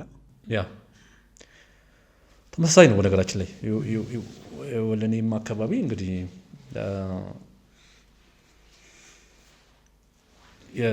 የብሔር ማንነት ጥያቄ እያቀነቀኑ ያሉ ወገኖች እንዳሉ እናውቃለን። መብታቸው ነው፣ መብታቸውን እናከብራለን። ጉራጌነት በሌሎች ላይ በጉልበት የሚጫን ነገር መሆን መቻል የለበትም። ሰዎች ወደው ፈቅደው ይጠቅመናል ማንነታችን ነው ብለው በራሳቸው ተነሳሽነት የሚቀበሉት ነገር እንጂ ሰዎች ለሆነ ዓላማ የምትጭንባቸው ነገር መሆን መቻል የለበትም። አንዱ ፋክት እሱ ነው። ስለዚህ ከዛ አንጻር ጥያቄ ያላቸው ወገኖች መብታቸውን ጥያቄያቸውን እናከብራለን። አዘሴም ታይም ግን ወለኔ በሚባል ማንነት ውስጥ ወለኔ የሚባለው ወረዳ በመንግስት መዋቅር ደረጃ ራሱ የሚጠራው ኮኪር፣ ገደባኖ፣ ጉታዘር፣ ወለኔ ወረዳ በሚል ነው የሚታወቀው። ወደ 5 የሚሆኑ ሰብ በጉራጌ ውስጥ የጉራጌ እንትን ጎሳ መሰረት አለው የታወቀ ነው። ጎሳ መሰረት ያለው ነው። እንዳውም ምንድነው ክፍለ ህዝብ ነው በተለምዶ ምናምን የሚባሉት ጉራጌ የሚባል እንትን አለ። እዚህ ጋር የክፍለ ህዝብ ምናምን የሚባሉ እንትኖች አሉ። በጉራጌ እንትን አጠራር ካየን ገደባኖች አሉ፣ ኮኪሮች አሉ፣ ምንድነው አበሽጋይ የሚባል አለ። ደግሞ ሌላ አበሽጌ ሳይሆን ሌላ አበሽጋይ የሚባል አለ። ወለኔ የሚባለው እንትን አለ። ጉታዘር ሰብ እንትኖች አሉ፣ የጎሳ እንትኖች አሉ። እንግዲህ ችግሩ ነው ይሄ ጥያቄ እንግዲህ 30 ምናምን በዚህ ጥያቄ ላይ እንትን አድርገናል ምናምን የሚሉ አንዳንድ ጓደኞች አሉ፣ ታግለናል ምናምን የሚሉ ሰዎች አሉ። ኦኬ ጥሩ ነው። ግን አንደኛ የማንነት ጉዳይ ማን ነው የሚሰጠው? የማንነት ጉዳይ ጉራጌ የማንነት ጉዳይ አይሰጥም፣ ስልጣንም የለውም። አንድ ለምሳሌ ኤክስ የተባለ የጉራጌ እንትን በቅድም በስልጤ ላይ እንትን እንዳነሳው ጥያቄው የሚቀርብበት መንገድ አለ፣ የሚፈታበት መንገድ አለ። የሚሰጠው የብሔር ሪኮግኒሽን የሚሰጠው ፌዴሬሽን ምክር ቤት ነው እንጂ ለምሳሌ ጉራጌ ሌሎችንም ጉራጌ ማድረግ አይችልም። ራሳቸው ፌዴሬሽን ምክር ቤት በሚያደርገው እንትን መርጠው እስካልመጡ ጊዜ ድረስ ሌሎቹም አይ ጉራጌ አይደላችሁም በቃ ምናምን ማለትም አይችልም። ይሄ የሚያስችል ስልጣን የለው። ይሄ ስልጣን ያለው በፌዴሬሽን ምክር ቤት ነው። አሁን ትልቁ ችግር ብዙ እንዲደመጥ የሚፈለገው ጉራጌ አይደለንም የሚሉ ወገኖች ድምፅ ያው እንትን ያደርጋል። አደረጃጀትም ምናምንም ስላለው ያው ብዙ ፑሽ የሚያደርጉትም ሰዎች ስላሉ ግን የቤተ ጉራጌ አካል ነን፣ በስማችን አትነግዱብን፣ የማንነት ጥያቄ የለንም የሚሉ ወገኖችን በተመሳሳይ እንትን አይደረጉም። በእኛ በኩል ጥያቄ ያላቸው ሰዎች ህጉ በተከተለ መንገድ ምላሽ ቢያገኙ ፍጹም እንትን የለንም። የህዝብ ጥያቄ ከሆነ ዞሮ ዞሮ ያው ወደ ሪፈረንደም ምናምን እንትን የሚያደርጉ ነገሮች ናቸው። ያ ሪፈረንደም ላይ ህዝቡ እንደሚፈልግ አፍተር ኦል መጨረሻ እንትን ያደርጋል። ከሀሳብ አንጻር ግን ለቁጥር ማሟያ ለምናምን ብለን ማንንም ይሄ የጉራጌነት እንትኑ በክብርና በእንትን ተቀብሎት በኮንፊደንስ እንትን የማያደርገው መቸገር የለበትም ካለ እንደዚህ አይነት በእኔ ግምት ግን አብዛኛው ኢንፍሌትድ የሆነ ለፖለቲካ ኮንሰምፕሽን ያው እንትን የሚደረግ ነገር አለ። ሴም ታይም ደግሞ ይሄ ጥያቄ ያላቸው ሰዎች ቢኖሩ በኢትዮጵያ ነባራዊ ሁኔታ ውስጥ አዲስ ነገር አይደለም። በማንነት ፖለቲካ በተደራጀ ሀገር ውስጥ የተለየ ማንነት አለን ብለው የሚመጡ ሰዎች ካሉ እነዛ ሰዎች መደመጥ አለባቸው ብለን እናምናለን። ጎጎት ማለት ቅድም ስናወራበት ነበረ፣ ቃል ኪዳን የሚል ስም አለው አልከኝ። የጉራጌም ፖለቲካ በዛ ማዕቀፍ ውስጥ ማምጣት ይቻላል? አዎ ምንድነው ከጥሬ እንዲሁ ከትርጉሙ ከአንተም ተመልካቾች ስሙልኝ እስኪ።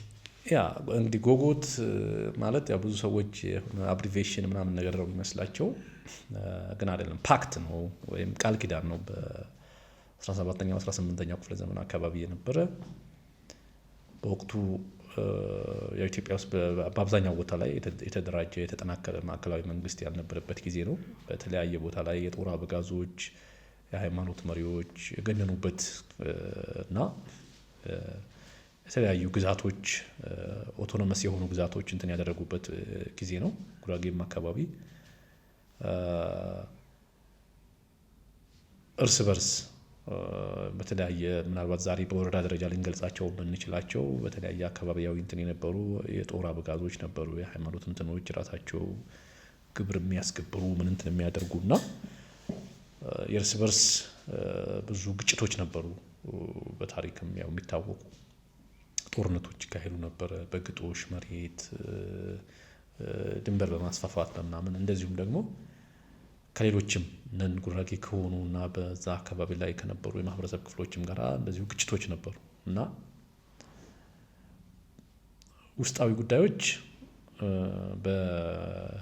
በማህበረሰቡ ባህላዊ ሕግ መሰረት እንደ ጎርደና ጆካ ፍራበዘኛ ምናምን የሚባሉ በጣም ትራዲሽናል የሆኑ ጠንካራ የፍትህ ተቋማት አሉ። እንደነዚህ አይነት ችግሮቻችንን በጦርነት እና በግጭት ሳይሆን ለዴሊብሬሽን በማቅረብ ለውይይት በማቅረብ በዛ መንገድ በባህላችን መሰረት እንትን ማድረግ ከውጭ የሚመከቱብን ጉዳዮች ደግሞ ከውጭ የሚደርሱብን ጥቃቶች ደግሞ አንደኛው የመተባበር ነገር ስለነበረ በጋራ አንዳችን ስንጠቃ ሁላችንም እንደተጠቃን አድርገን በጋራ የምንመክትበት ያስፈልገናል ስርዓት ያስፈልገናል በሚል በወቅቱ የነበሩ ዝነኛ የጦር አበጋዞች፣ የአገር ሽማግሌዎች፣ የሃይማኖት አባቶች ተሰባስበው ያሰሩት ቃል ኪዳን ነው እና ጎጎት እንግዲህ በጉራጌ እንትን ውስጥ ከሁለቱ ነገር ነው እንግዲህ የተወሰደው። አንደኛ ራሱ ጎጎት ማለት አንድነት ማለት ነው። ስለዚህ የአንድነት ቃል ኪዳን ማለት ነው። ሁለተኛ ቦታው ራሱ የተፈጸመበት ቦታ ስቲል አሁን የሚታወቅ ነው። ጎጎት ተራራ ይባላል። አሁን ማነው መስቃን ወረዳ በሚባለው አካባቢ ላይ ያለ ነው። በሶዶና በመስቃን ወረዳ ድንበር አካባቢ የሚገኝ ቦታ ነው። የመጀመሪያው ጎጎት የተካሄደበት ነው። ግን ይሄ የጎጎት ጉባኤ በተለያየ ጊዜ ተካሂዷል። በጉራጌ ውስጥ ውስጣዊ መፍረክረክ ተፈጥሯል። ውጭ ጣልቃ ገብነት ወይም የውስጥ አንድነቱን የሚያፈርሱ ነገሮች ተፈጠሩ በተባለ ጊዜ እንደዚሁም ደግሞ ቅድም ላነሳልህ እንደሞከርኩት ኢትዮጵያ የውጭ ወረራ በተለይ ባጋጠማት ጊዜ በጣም የሚታወቀው ትልቁ የጎጎት ጉባኤ ይባላል። 1928 አካባቢ ተካሄደ የሚባለው እሱ ደግሞ እንግዲህ ያው በወቅቱ እነ ራስ ደስታ ዳምጠው ምናምን የመሳሰሉ ዝነኛ ጣሊያንን የፈተኑ እንትኖች የነበሩበት ሻቃ በቀለ ወያ ምናምን የሚባሉ ዝነኛ እንትኖች የጦር አበጋዞች እንበላቸው ወይ አርበኞች የነበሩበት ዘመንም በተለይ በቦረና በኩል ሰንጥቆ ወደ መሀል ሀገር እየገሰገሰ የነበረውን የጣሊያን እንትን ለመከላከል ትልቁ የጎጎት ጉባኤ የሚካሄድ ምንድነው ቃል ኪዳን በየጊዜው ችግር አለ በተባለበት ጊዜ ሪቫይቭ እየተደረገ የቆየ ቃል ኪዳን ነው እንደ እንትን ማለት ነው። ጎጎት ስንል እኛም እንደ ፓርቲ መጠሪያም ስናደርገው የዛ አስተምሮ ለጉራጌም ሆነ እንደ አጠቃላይ እንደ ኢትዮጵያም ጉራጌ ውስጥ ቀደም እንዳልኩ የእርስ በርስ በተለይ በፖለቲካ ኤሊቱ አካባቢ ላይ ረብ የሌላቸው የእርስ በርስ እንትኖች አሉ። በየትኛውም ኮሚኒቲ አካባቢ ላይ እንዳሉ ግን ዞሮ ዞሮ ያው የጉራጌ ጉዳይ ስለምናወራ ውስጣዊ ችግሮቹን ፈቶ በአንድነት መቆም አለበት። ይሄ የጎጎት እንትን ደግሞ በኢትዮጵያም ውስጥ በአስተማሪነቱ ትንሽ ላቅ ያለ ነገር ይመስለናል። አንድ ማህበረሰብ ከራሱ ሶሻል ፋብሪክ በፈለቀ ከራሱ ከስተመሪ ሎ በፈለቀ እንትን ውስጥ ጠብ አውርዶ ምናልባት ከዛ ጊዜ በኋላ አንዱ የጉራጌ አካል በሌላው ላይ ጥቃት ያደረሰበት ታሪክ ማግኘት የሚቻል አይመስለኝም። ገና ነገሮች እንትን ካሉ በተቀመጠው ፍሬምወርክ መሰረት ችግሮች እንዲፈቱ እየተደረገ ፍጹም ግጭት የሌለበት ፍጹም ሰላም ያለበት አካባቢ ምናልባት ለ200 ለምናምን ዓመት ለሚሆን ጊዜ ማቆየት ተችሏል። አንዳንዱ ያ ቀደም እንዳልኩ ለምሳሌ የጣሊያን እንትን አልቀረም። ያው ብዙ ሙከራ ተደርጓል። ወደ ቦረና አካባቢ አብዛኛው ሬዚስታንስ በእነዚህ እንትኖች የተደረገ ነበር። በዛ በኩል የመጣውን የጠላት ኃይል ወደ መሀል ሀገር እንዳይገባ ለማድረግ ብዙ መስዋዕትነት ተከፍሏል። አፍተር ኦል ያው መጨረሻ ላይ አርበኞቹ ብዙዎቹም ተገለው እንትኑና ማዳን አልተቻለም ይሆናል። ጣሊያንም ያው ረግጧል የጉራጌ አካባቢን ያው አገሪቱን በሙሉ ስለተቆጣጠረ እንትን አድርጓል። ግን በተለይ እርስ በርስ እና ጉራጌ ከሌሎቹ ጎረቤቶቹ ጋር ወደ ጦርነት የገባበት እንትን ከጉጉት ቃል ኪዳን በኋላ ዶክመንትድ የሆነ ታሪክ ብዙ የለም እና ውጤታማ ፓክት ነው። እንደ ጉራጌ ውጤታማ ያደረገ ፓክት ነበረ፣ በተለይ ሰላምና ደህንነት ከማረጋገጥ አንጻር። ይሄ ደግሞ አስተምሮ ለመላው ኢትዮጵያም ትርጉም ያለው ነገር ያለው ይመስላል። ከዛም አንጻር ነው ብዙ ጊዜ ጎጎት ለጉራጌ ጎጎት ለኢትዮጵያ ምናምን የምንለው። ጉራጌ ጋር ያለው ችግር ግጭቶች ሲታይ ከዚህ ጋር ማሂር ሆኖ ይሰማኛል። እኔ አሁን ካልከኝ ጋር ለምሳሌ አሁን በቅርብ እንኳን ያሉ ግጭቶች ማየት ትችላለህ። በተወሰኑ የምስራቅ ጉራጌ አካባቢ ደግሞ ሸኔ ገብቶ የሚያስቸግራቸው ቦታዎችም አሉና ምንድን ነው ምን መሰለህ አሁን ጉራጌ አካባቢ ላይ የተፈጠረው የጉጉት ቃል ኪዳን በሚባልበት ዘመን ያው ሴንትራል የሆነ ገቨርንመንት ምናምን ኖሮ አይደለም። የሃይማኖት አባቶች አሉ፣ የሀገር ሽማግሌዎች አሉ፣ የጦር እንትኖች አበጋዞች ምናምን ይኖራሉ እና ትራዲሽናል እንትኑ ራሱ አደረጃጀቱ በጣም ትራዲሽናል ነው። ዘመናዊ የመንግስት ስርዓት ከመጣ በኋላ እነዛ ትራዲሽናል ነገሮች እንዲፈራርሱ ተደርገው ዘመናዊ ተብሎ የተደራጀው የፖለቲካ ስትራክቸር ደግሞ ያንን ዴፊሲት የሚሞላበት ምንም እንትን ይዞ አልመጣም።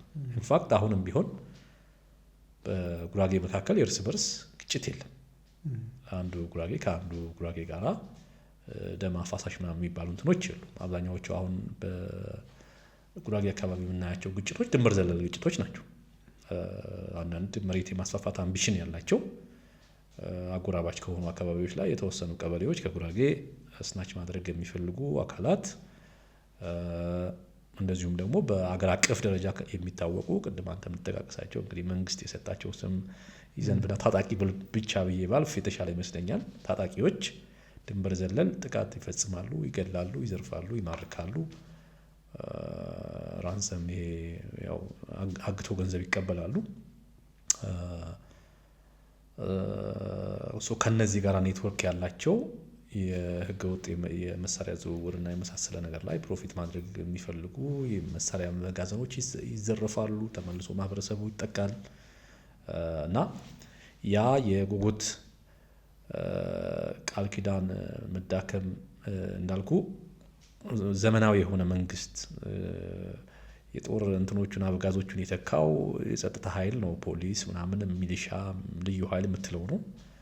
የአገር ሽማግሌዎችን የተካው በአብዛኛው የፍትህ ስርዓቱ ነው፣ ፍርድ ቤቱ ምናምኑ ነው። አስተዳደሩን ዘመናዊ ሽግግር ሲካሄድ ቅድም እንዳልኩ አንፎርቹኔትሊ ከዛ ጠንካራ ትራዲሽናል እንትን ቀጥታ ወደ ዘመናዊ ወደሆነ ጠንካራ የሆነ ስቴት ስትራክቸር መሸጋገር አልቻለም፣ በዛ አካባቢ ኮንቴክስት ማለት ነውና ስለዚህ አሁን ከፍተኛ የሆነ የሴኩሪቲ ዴፊሲት አለ እና ከዛ አንጻር ተነስተው የሚመጡ ችግሮች ናቸው እንጂ አይ ቲንክ ከህዝብ ስነልቦና አንጻር አሁንም እኔ በእርግጠኝነት መናገር እችላለሁ ቪክቲም ነው የጉራጌ ማህበረሰብ። የፈለጋችሁት ኢንቨስቲጌሽን ማድረግ ትችላላችሁ። በዛ አካባቢ ላይ ቪክቲም ነው ብዬም ነው ማምነው። የድንበር የማስፋፋት ፍላጎት ያላቸው የህገወጥ የጦር መሳሪያ እንትን ማድረግ እንትን ያላቸው እና በሆነ የጎሳ ኔትወርክ እርስ በርስ እንቀራረባለን ምናምን የሚሉ የሆኑ አካላት በግራም በቀኝም ከበባ የመፈጸም ጥቃት የመፈጸም ካልሆነ በቀር በየትኛውም ቦታ በኮንፊደንስ መናገር እችላለሁ ጉራጌው አግሬሲቭሊ ድንበር የማስፋፋትም ብለው በሌሎች ላይ ጥቃት የመፈጸም እንትኑ አይ ቲንክ በጣም በጽኑ እንትን ላይ የቆመ ይመስለኛል። በዚህ በጣም በእርግጠኝነት ማውራት እችላለሁ። ወጣትም ከፍ የሚል ጎልማሳም ሆነ የአንድ ማህበረሰብ የፖለቲካ ተሳትፎ ለመወከል ፓርቲ ለመስርተህ ሊቀመንበር ሆነህ ትሰራለህ። ፖለቲካ ላይ መግባት ሊቀመንበርም መሆን የራሱ ተጽዕኖ ይኖረዋል፣ ጥቅምም ሊኖር ይችላል። በአንተ በኩል ምን ኢምፓክት አለው? እንግዲህ ኢትዮጵያ ፖለቲካ ውስጥ እንዳልኩ እኛ ግሪቫንስ ነው የወለደን። ቅድም ያልኩ ለምን የሚሉ ጥያቄዎች በተደጋጋሚ ማህበረሰቡ የሚያነሳቸው ነገሮች ለምንድን ነው የማይደመጡት?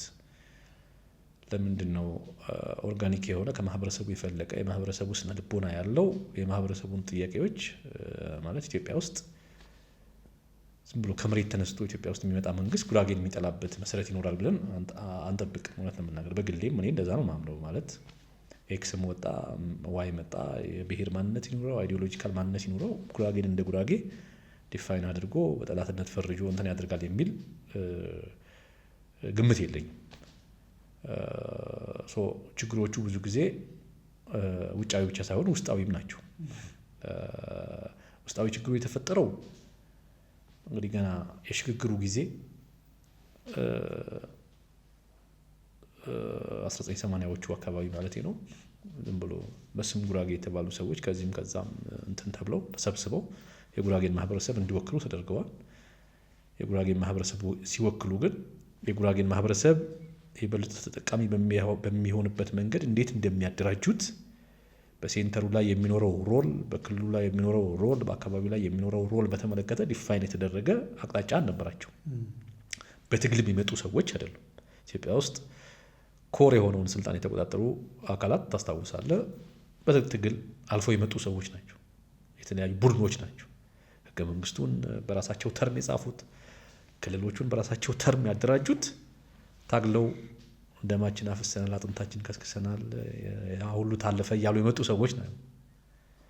እንግዲህ አንፎርቹኔትሊ ጉራጌ አካባቢ ላይ በዛ ደረጃ የመጡ ሰዎች ብዙ አልነበሩ። ከነበሩም ከማህበረሰቡ የተነጠሉ ትግሉ የተካሄደበት ቦታና ታስታውሳለህ፣ ጉራጌ ያለበት አካባቢ በጣም ያሉ ናቸው።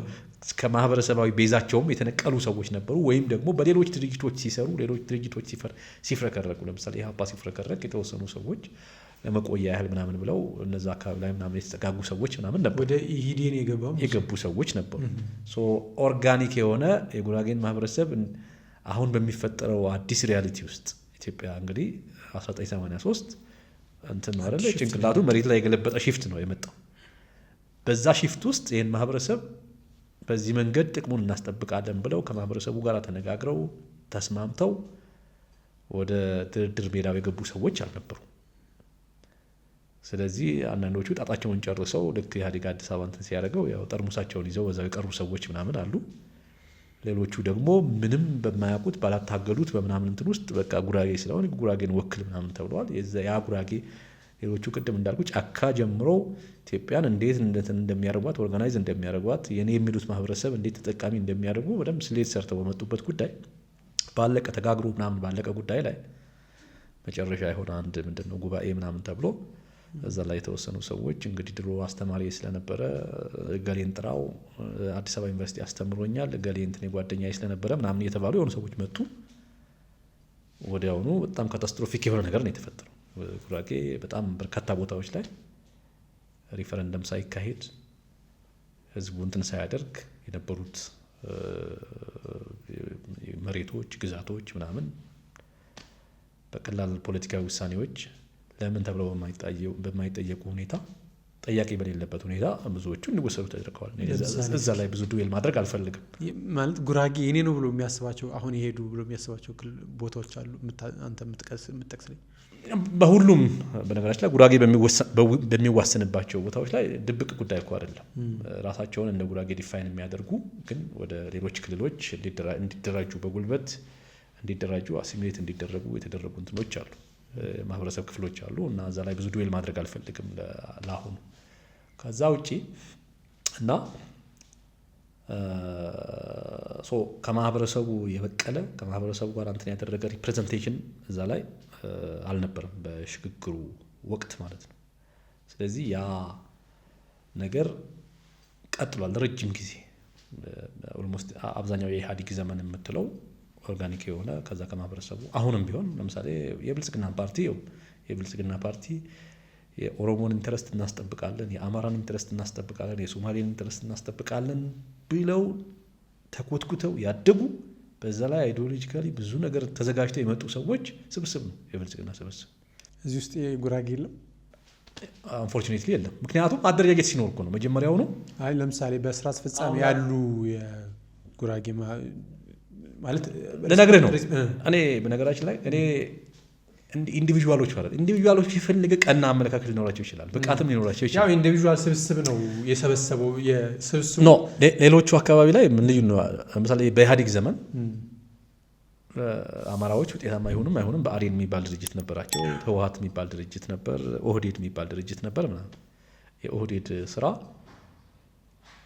ወደፊት ኢትዮጵያን የሚረከብ የኦሮሞ ትውልድ የፖለቲካ ኤሊት መፍጠር ነበር።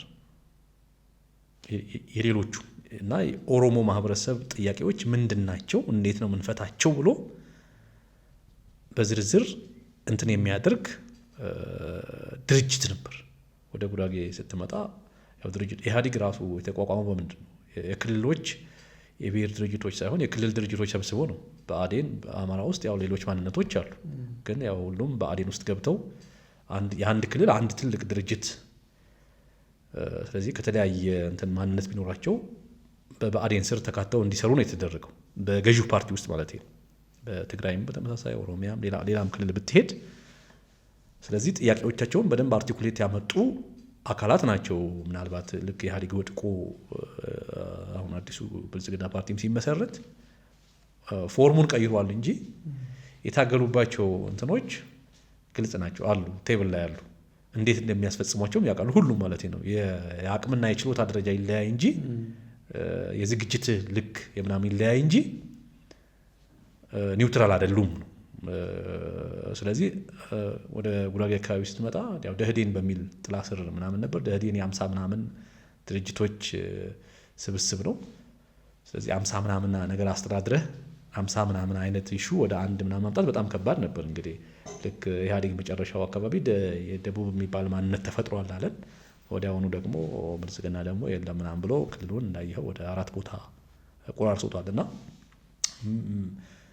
ብቁ ሰዎች የሉም ማለት አይደለም። እንደ ወደ ራስህ ምጣናልኝ እስኪ አንተም ራሱ የገጠመ ነገር ካለ የፐርሰናሊቲ ጥያቄ ነው፣ እሱ ላይ ልመጣልህ ነው። እና ጉራጌ ብዙ ነገሮችን አጥቷል ነው ማለት።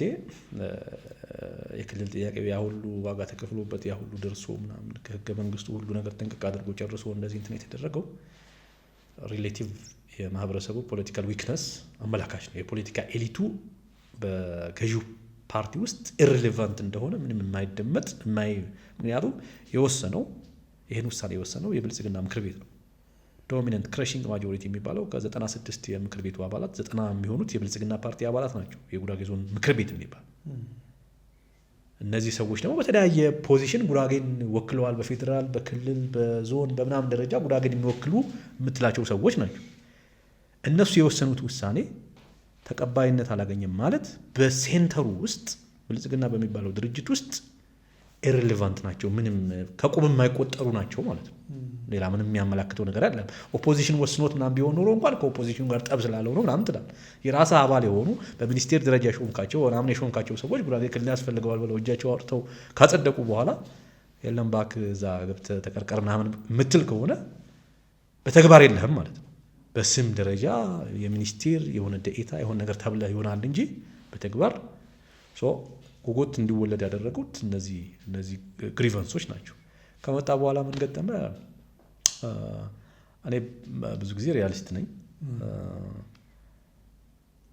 ቻሌንጆች እንደሚኖሩ ቀደም ብለንም እናውቃለን። በእርግጥ ያልገመትናቸው ነገሮች አልተከሰቱም ማለት አይቻልም። በኢትዮጵያ ፖለቲካ ውስጥ ቅድም እንዳልኩ በጣም አስቸጋሪ ነው የኢትዮጵያ ፖለቲካን አስቸጋሪ የሚያደርገው ክፍፍሉ ምናምን ብቻ አይደለም። የፖለቲካ ጨዋታ ማለት ፖለቲካ ማለት በሰላማዊ ህጋዊ ሜዳ የሚካሄድ የሀሳብ ፉክክር ነው። ያ ደግሞ ምቹ የሚባሉ አሁን ሰዎች በጣም የሚገርመኝ የኢትዮጵያ ውስጥ የፖለቲካ ፓርቲዎች ብቻ ዴሞክራሲ አምጥተው እንካ ምናምን የሚሉት የሚመስለው ብዙ ህዝብ አለ። ዴሞክራሲ የትኛውም ሀገር ላይ የጠንካራ ሚዲያ ሞጋች የሆነ ሚዲያ ሀሳቡን ያለ ገደብ በህግ ፍሬም ውስጥ እስካወራ ጊዜ ድረስ ሀሳብ ያለ ገደብ የሚንሸራሸርበት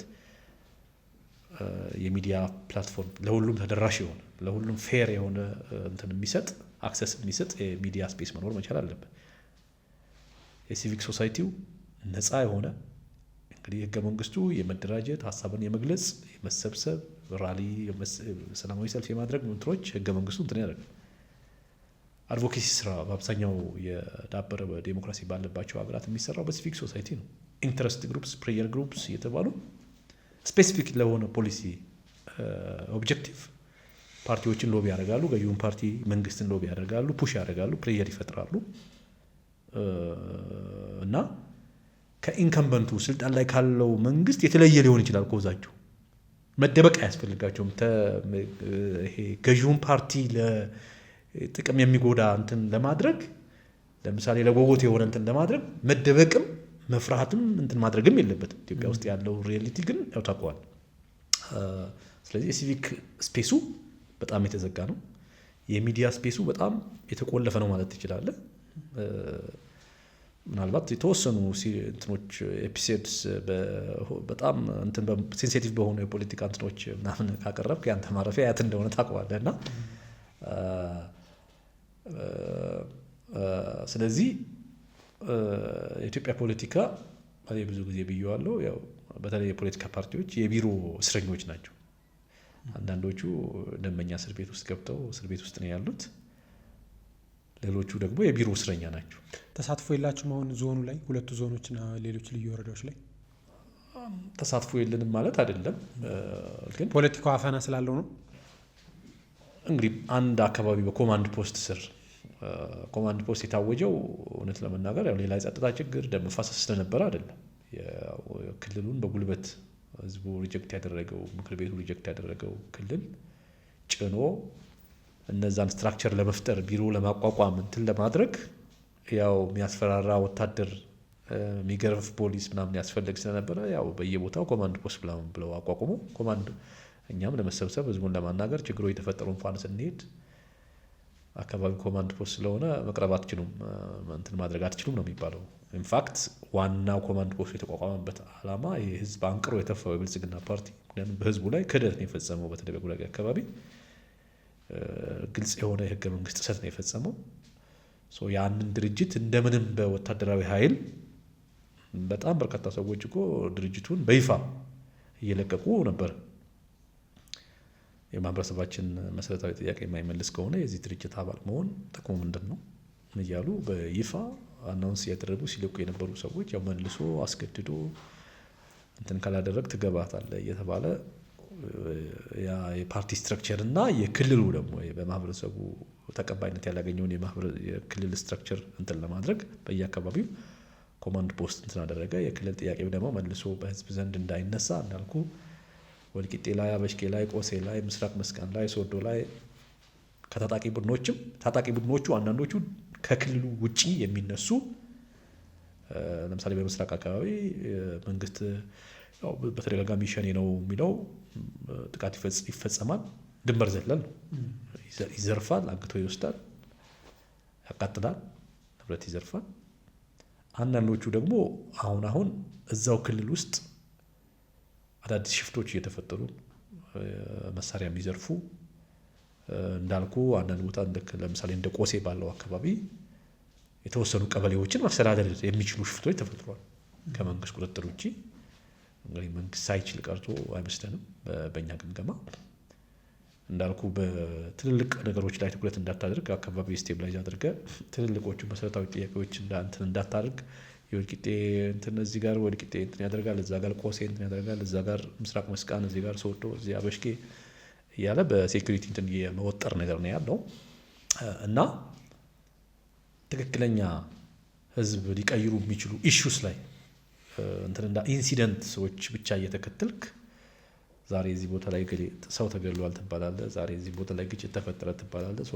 በነዛ ላይ ምናምን እንድትከርም የሚያደርግ አሳዛኝ ነገር አለ። ከዛ ውጪ ኢትዮጵያ ፖለቲካ ውስጥ መሳተፍ አይ ቲንክ ኢትዮጵያ ፖለቲካ ተሳትፎ የተጠቀመ ካለ ያው ገዢው ፓርቲ ገብቶ ምናልባት ካልሆነ በቀር ነው አንድ ትልቅ ፖለቲከኛ አሁን ጊዜ እግሩ ምናምን ይጎትተዋል እና ልጄ አሁን እንደኔ እንዳትሆን ምናምን ብሎ እንትን አድርጎኛል። በዛው ልክ እንትን መጠቀሚያ ነው የሚል ሀሳብ ይነሳል። ከዚህ በፊትም አንድ ፖለቲከኛ ሳወራ ኢትዮጵያ ውስጥ የተቃዋሚ ፖለቲካ ፓርቲ አቋቁሞ መምራት ኢንካምን በሌላ መንገድ ማግኘት ነው የሚል ሀሳብ ስለሚነሳ አዎ እንደሱ አይነት ነገር የለም ማለት አልችልም። ያው መንግስት የሚፈለፍላቸው ድርጅቶች እንዳሉ ይታወቃል። ድህነት እና ድንቁርና ባለበት ሀገር ፖለቲካ ከባድ ነው ለመናገር። ሰዎችን በሆዳቸው መግዛት የምትችል ከሆነ ሰዎችን በፋብሪኬትድ በሆኑ ሚስኢንፎርሜሽን፣ ዲስኢንፎርሜሽን፣ በፕሮፓጋንዳ ነጩን ጥቁር ነው እያልክ አሳምነ አደባባይ ማውጣት የምትችል ከሆነ ሌላው ላይ ጦር እንዲመዙ ምናምን ማድረግ የምትችል ከሆነ ፖለቲካ በጣም አስቸጋሪ ነው። ቅድም እንዳልኩ ፖለቲካ የሰከነ ሰላማዊ ህጋዊ የሆነ ጨዋታ የሚካሄድበት ቦታ ነው። ኢትዮጵያ ውስጥ ፖለቲካ ሴራ ነው። ኢትዮጵያ ውስጥ ፖለቲካ ግጭት ነው። የግጭት ፖለቲካ የሰላማዊ የፖለቲካ ሜዳው በጠበበ ቁጥር አሁን መንግስትም ከዋና እንትን ከሚባሉት ጋር የሚነጋገረው በግጭት መንገድ ካልሆነ በቀር ሰላማዊ የፖለቲካ ስፔሱ በጣም እንትን አድርጓል እና ከጥቅም አንጻር ከታየ እኔ ያው ብዙ ሉዝ ያደረኩት ነገር በጣም ብዙ ነው። እውነት ለመናገር ሰዎች ዘሞመንት የገዢው ፓርቲ ተቃዋሚ ነህ ሲባል ከብዙ ነገሮች ይርቁሃል፣ ከብዙ ነገር ጋር ይጠነቀቁሃል። ከአንተ ጋር ኢቭን የባንክ ትራንዛክሽን እንዲኖራቸው ዝግጁዎች አሉ። ሌላ ጊዜ የምታውቃቸው በጣም ጓደኛ የነበሩ ሰዎች ሳይቀር የድሮ ጓደኝነታችን የሚያውቅ የለም እና አሁን በሌላ መንገድ ነው የሚታየው እና በተለይ ትንሽ ገንዘብ ያላቸው ከሆኑ በጣም ይሸሹሃል እና የሆነ ተራራ ጋራ እየተላተምክ እንዳለ እንደ እንትን ያዩሃል። እኛ ግን መጀመሪያ ራሱ እንደጎጎት ስንቋቋም ሰው ስናሰባስብ ራሱ ስራ ያለው ሰው ማለት ስራ የሌለው ሰው ስራ የምንፈጥር ኮንዲሽን ያደረግን። እኔ በግሌ የምኖርበት የራሴ የሆነ ህይወት አለኝ። ሌሎችም በኔ ዙሪያ ላይ ምናምን ያሉ ሰዎች ሁሉም የራሳቸው ህይወት ያላቸው ሰዎች ናቸው። ከዛ ጎን ለጎን ግን ማድረግ የምንችለው ይህን ማህበረሰብ በአንድ ጊዜ እንትን አድርገን የዲሞክራሲ እንትን ውስጥ እንትን እናደርገዋለን እንደዚህ ምናምን እንዳልኩ ሪያሊስት ነኝ። አቅማችንን ጉልበታችንን የት ድረስ መሄድ እንችላለን ምናምን የሚሉት አገሪቱ ነባራዊ ሁኔታ የሚፈቅደው ልክ እናውቀዋለን። ከዛ አንጻር ብዙ ያው እኔ በነገራችን ላይ ከሀገር የመውጣት ፍላጎት የለኝም። ፓርቲም የሆነ የአሜሪካ ቪዛ ማግኛ ምናምን መንገድ አድርጌ ያላየውም። ብዙ ጊዜ እንደሚፈጅም አውቃለሁ ኢትዮጵያ ፖለቲካ ውስጥ። ሁሉንም ነገር ደግሞ ለገዢው ፓርቲ ምናምን ወይም ለመንግስት ምናምንም ማሸከም ትክክል ነው ብዬ አላስብም። ከማህበረሰብ ካልቸር ቅድም እንዳልኩ ድህነት በራሱ ሰዎች በ50 ብር በ100 በ300 ብር ሀሳባቸውን ድምጻቸውን መድገዛቸው ከሆነ ምርጫ ምናምን የምትለው ነገር ዋጋ አልባ 300 ብር መስጠት የቻለ ማን ነው መስጠት የሚችለው? የመንግስት ሪሶርስ የተቆጣጠረው አካል ነው እነዛ ነገሮች ማድረግ የሚችለው። ስለዚህ በጣም እንትን አይደለም። በተቻለ መጠን ፕራግማቲክ እና ሪያሊስት ለመሆን ሙከራ እናደርጋለን እና በተቻለ መጠን ውስጣዊ ችግሮች እንዳሉ እናውቃለን። ውስጣዊ ችግሮች ሳትፈታ ውጫዊ ችግሮችን እንደማይፈቱ፣ ውጫዊ ጫናዎች፣ ውጫዊ ጣልቃ ገብነቶች ምናምን እንደማይቆሙ እናውቃለን። የውስጥ የቤት ስራ መስራት ያሉብን ነገሮች እንዳሉ እንገነዘባለን። እነዛ በጣም ጊዜ፣ ትዕግስት የሚፈልጉ ናቸው። የምንሰራው በኢትዮጵያ ኮንቴክስት ነው። መንግስቱን እናውቀዋለን፣ ፖሊሲውን እናውቀዋለን፣ ደህንነቱን እናውቀዋለን፣ ምን አይነት ሚዲያውን እናውቀዋለን። አንተን የሆነ ነጥብ ለማስጣል አንተን የሆነ ነገር ለማስጣት ምናምን ካልሆነ ድምፅህን ምናምን ለማድረግ በተለይ ፐብሊክ ሚዲያው ምን እንደሆነ እናውቀዋለን። ሲቪክ ሶሳይቲው እናውቀዋለን። የቢዝነስ ሶሳይቲው ለራሱ ሰርቫይቫል አንድ ጊዜ ከአንተ ጋራ መንግስት ለገዢው ፓርቲ የሆነ ነገር ማድረግ ፕሮቴክሽን ይሰጣል። ማንም እንደማይነካ ታውቃለህ። የመንግስት ደጋፊ ነው ስለተባለ ለመንግስት ይሄን ያህል ሚሊዮን ቢሊዮን ሰጠ፣ ራት ተጋበዘ ምናምን ቢባል ኦፖዚሽን ጋር አንድ ቀን ምናምን መታየቱ ግን ለቢዝነሱ ፋታል የሆነ እንትን ኮንሲኩዌንስ እንዳለው ያውቃል። ስለዚህ አንዳንድ ጊዜ ችግሮቹ በጣም ለዲሞክራሲ የሚደረገው አጠቃላይ እንቅስቃሴ ውስብስብ የሚያደርጉት ብዙ ነገሮች አሉ። ይሄ የንቃት ህሊና ደረጃችን ያለመማር ደረጃችን ራሱ ሰዎች በቀላሉ በፕሮፓጋንዳ እናንተን ባሉ ነገሮች እንዴት ተነስተው ወደ ጦርነት እንደሚማገዱ ምናምን እነዚህ ነገሮች ሁሉ ስታይ ጊዜ የሚፈልጉ ስራዎች እንዳሉ ያው በጣም ትረዳለህ። እና ሰው ከጥቅም አንጻር ካየኸው ኢትዮጵያ በተለይ ኦፖዚሽን ፖለቲክስ ኢትዮጵያ ውስጥ በእኔ እይታ እና እኛ በመጣንበት መንፈስ እኔ መሆኑ ከኔ ጋር የምንንቀሳቀስ ሰዎች ከመንግስት ስናገኛቸውም እነግራቸዋለን። ከእናንተ ኮንዶሚኒየም አንፈልግም፣ ከእናንተ መሬት አንፈልግም፣ ከእናንተ ምንም አንፈልግም። ከእናንተ የምንፈልገው ግልጽ የሆነ የህዝባችን መሰረታዊ ህገ መንግስታዊ ጥያቄዎች እንድትፈቱ ብቻ ነው እንጂ ቀደም እንዳልኩ ነው ያደግንበትም ምናምን ሶሳይቲ ውስጥ አትሊስት ራሳችን የሆነ ነገር እንትን አድርገን ተብቃቅተን መኖር የምንችል ሰዎች ነን። እና የኢኮኖሚ ጉዳዩ እንዳውም እንዳልኩ አንደኛ ስራ ያስፈታሃል፣ ሁለተኛ ቀለበት ውስጥ ያስገባሃል፣ እይታ ውስጥ ያስገባሃል፣ ከበባ ውስጥ ያስገባሃል። የእንትን ሰርክልህ ምናምን በተለይ ሰርተህ የምትኖር ከሆነ ስለዚህ ሰዎች ያኛውንም መንገድ አይ ቲንክ የሚመርጡት በተለይ ኢኮኖሚክ እንትኑ ዊን ያላደረገ ሰው የዳቦ ጥያቄውን እንትን ያላደረገ ሰው ኦፖዚሽን ፖለቲካ ውስጥ መቆየት በጣም ከባድ ይመስለኛል። እና ጎጎት ቀጣይ ምርጫ ይሳተፋል ብዬ አስባለሁ። እንግዲህ ግንቦት አካባቢ በሚደረገው ያው ጉራጌ ዞኖች ላይ እንደምትሳተፉ ምን ነው ግን ከፍተኛ ቁጥር ያለበት የኢኮኖሚው ማዕከል በሆነው አዲስ አበባ ላይ ትሳተፋላችሁ? አዎ ቅድም ለማለት እንደሞከርኩት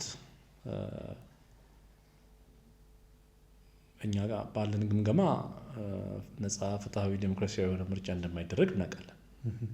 የምርጫው ውጤት ዛሬ ቁጭ ብዬ መናገር እችላለሁ፣ የሆኑ ቁጥሮች ልሳሳት እችላለሁ እንጂ ልነግርህ እችላለሁ አዲስ ተአምር ካልመጣ በቀር የሆነ ዲቫይን ኢንተርቬንሽን እንትን ማለት ማለት ነገሩን ጭልም አድርጎ ማየት አይመስለኝም። ፕራክቲካል ሪያሊቲው መናገር ተገቢ ነው ብዬ ነው የማምነው። ማለት ከህዝብ አንጻር ህዝብ በብዙ ፍረስትሬሽን ውስጥ ነው ያለው። የቢዝነስ ኮሚኒቲውን ብታየው፣ ሲቪል ሰርቫንቱን ብታየው፣ ገበሬው ብታየው ምናምን እዚህ አይኤምኤፍ እንትን ያደረጉት ምንድነው አግሪመንት ለማስፈጸም ተብሎ በጣም ስኩዝ እየተደረገ ነው። ሰው እየተጨመቀ ነው። ከአቅሙ መሸከም ከሚችለው በላይ እንትን አለ። የጸጥታ ችግሮች እነዚሁ በየአካባቢው ነባር ግጭቶች አሉ፣ አዳዲስ ያንዣበቡ ግጭቶች አሉ፣ እየቀጠሉ ያሉ ግጭቶች አሉ። ከማህበረሰብ አንጻር ደግሞ በሁሉም አካባቢ ማለት በምትችል ደረጃ ቢያንስ አንዳንዱ የሴኩሪቲ ችግሩ በጣም ፊል አድርጎ መንቀሳቀስ አይደለም የፖለቲካ ቅስቀሳ፣ ምርጫ፣ ክርክር፣ ቅስቀሳ። ዛሬ አሁን አንድ ሰው ከአዲስ አበባ ተነስቶ እንዴት አድርጎ ነው የኦፖዚሽን ባንዲራ ይዞ የሆነ ክልል መግባት የሚችለው? ብልጽግናን የሚቃወም ባነር ይዞ ብልጽግናም ቢሆን አይ ቲንክ መሄድ የሚችለው ያው በመከላከያ በምናምን ከፍተኛ ጥበቃ ተደርጎለት ካልሆነ በቀር ቅስቀሳ ይሄ ይፈልጋል። ከአዲስ አበባ፣ ድሬዳዋ፣ ሐረር ምናምን፣ ባህር ዳር፣ ጎንደር እያልክ መንቀሳቀስ ይጠይቃል። ለዛም ቢሆን አስቻይ ሀገራዊ ሁኔታ የለም። እውነት ለመናገር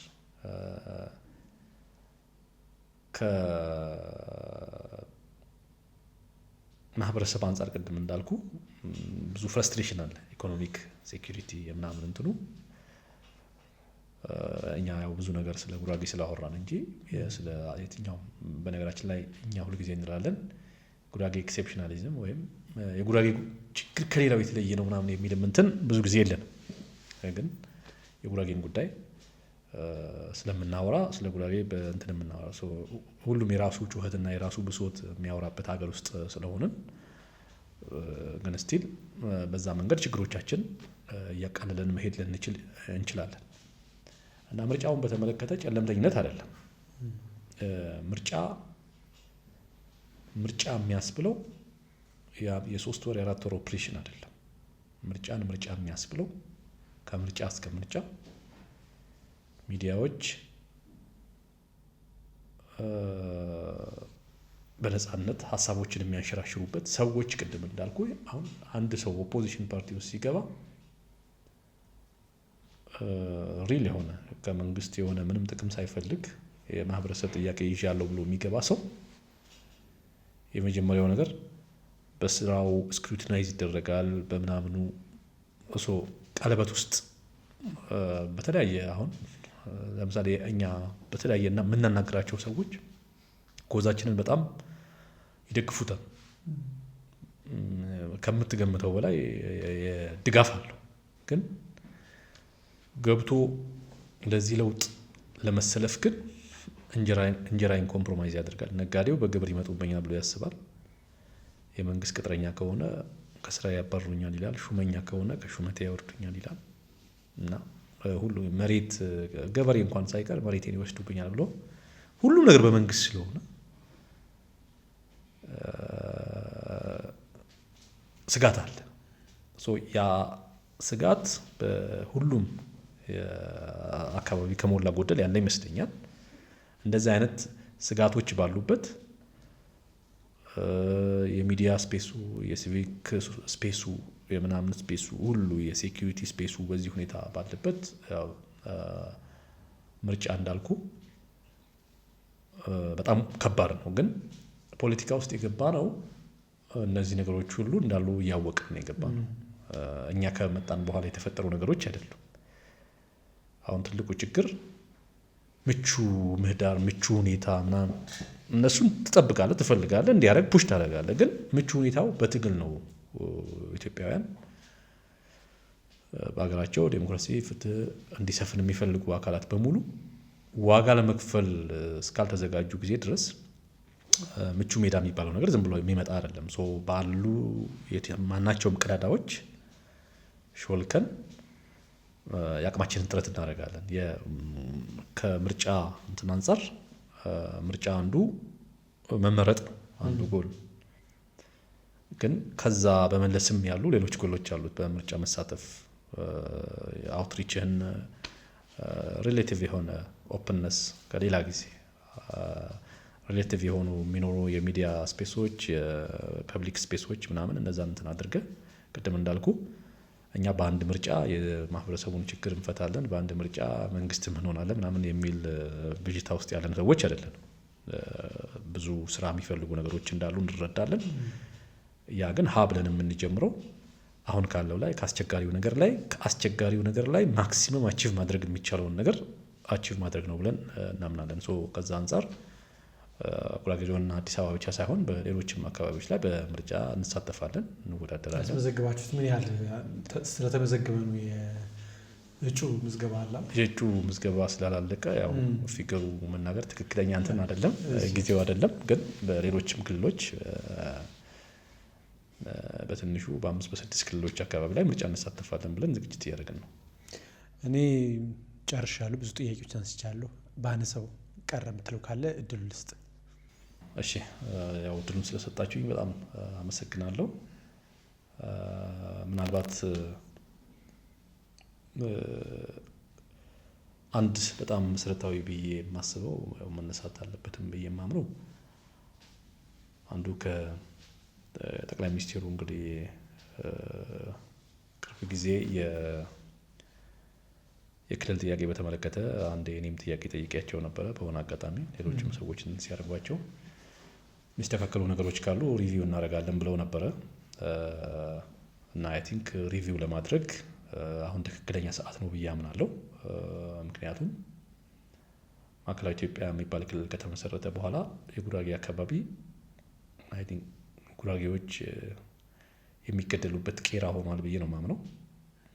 አንፎርቹኔትሊ በታሪክ ተሰምቶ ታይቶ በማይታወቅ ሁኔታ ወደ 5 የሚሆኑ አካባቢዎች ኮንቲኒስ ሲሆን በየጊዜው ተደጋጋሚ በወራት ልዩነት ዘረፋ፣ እገታ፣ ግድያ የሚፈጸምበት ከአስተዳደሩ መዋቅራዊ እንትን ውጪ የሆኑ ቦታዎች ተፈጥረው በጣም ችግር እየተፈጠረ ነው። አይ ቲንክ የክልሉ ጉዳይ ቀደም እንዳልኩ ማህበረሰቡ ሰሚት በማድረግ ለጊዜው ለማየት ሞክሯል። አሁን ግን ችግሮች ትንሽ አሳሳቢ ወደሆነ ደረጃ ላይ እየደረሱ ይመስለኛል እና መንግስት አሁን አይ ቲንክ ክልሉ እንደማይሄድ ማለት ጉራጌናስ ኢንተግራል ፓርት አድርጎ ተቀብሎ ለመሄድ እየተቸገረ ያለ ነው የሚመስለኝና ከዛ አንጻር ሪቪው ቢደረግ የሚለውን አስተያየት በተለይም ለመንግስት በግልጽ ማቅረብ እፈልጋለሁ። አመሰግናለሁ። መሐመድ አብራር የጎጎት የአንድነትና የፍትህ ፓርቲ ዋና ሊቀመንበር ወይም ስራ አስፈጻሚ እንግዲህ ስለነበር በጣም አመሰግናለሁ። እኔም እንግዲህ እድሉን ስለሰጠኸኝ ከልብ አመሰግናለሁ። የምን ይሉ ፖድካስት ቤተሰቦች ከመሐመድ አብራር ጋር ያደረኩት ቆይታ እዚህ ጋር ይጠናቀቃል። እስካሁን አብራችሁኝ ስለቆያችሁ በጣም አመሰግናለሁ። ሰብስክራይብ አድርጋችሁ እንዳያችሁም ተስፋ አድርጋለሁ። ቀጣይ ሳምንት በሌላ እንግዳ እንገናኛለን። መልካም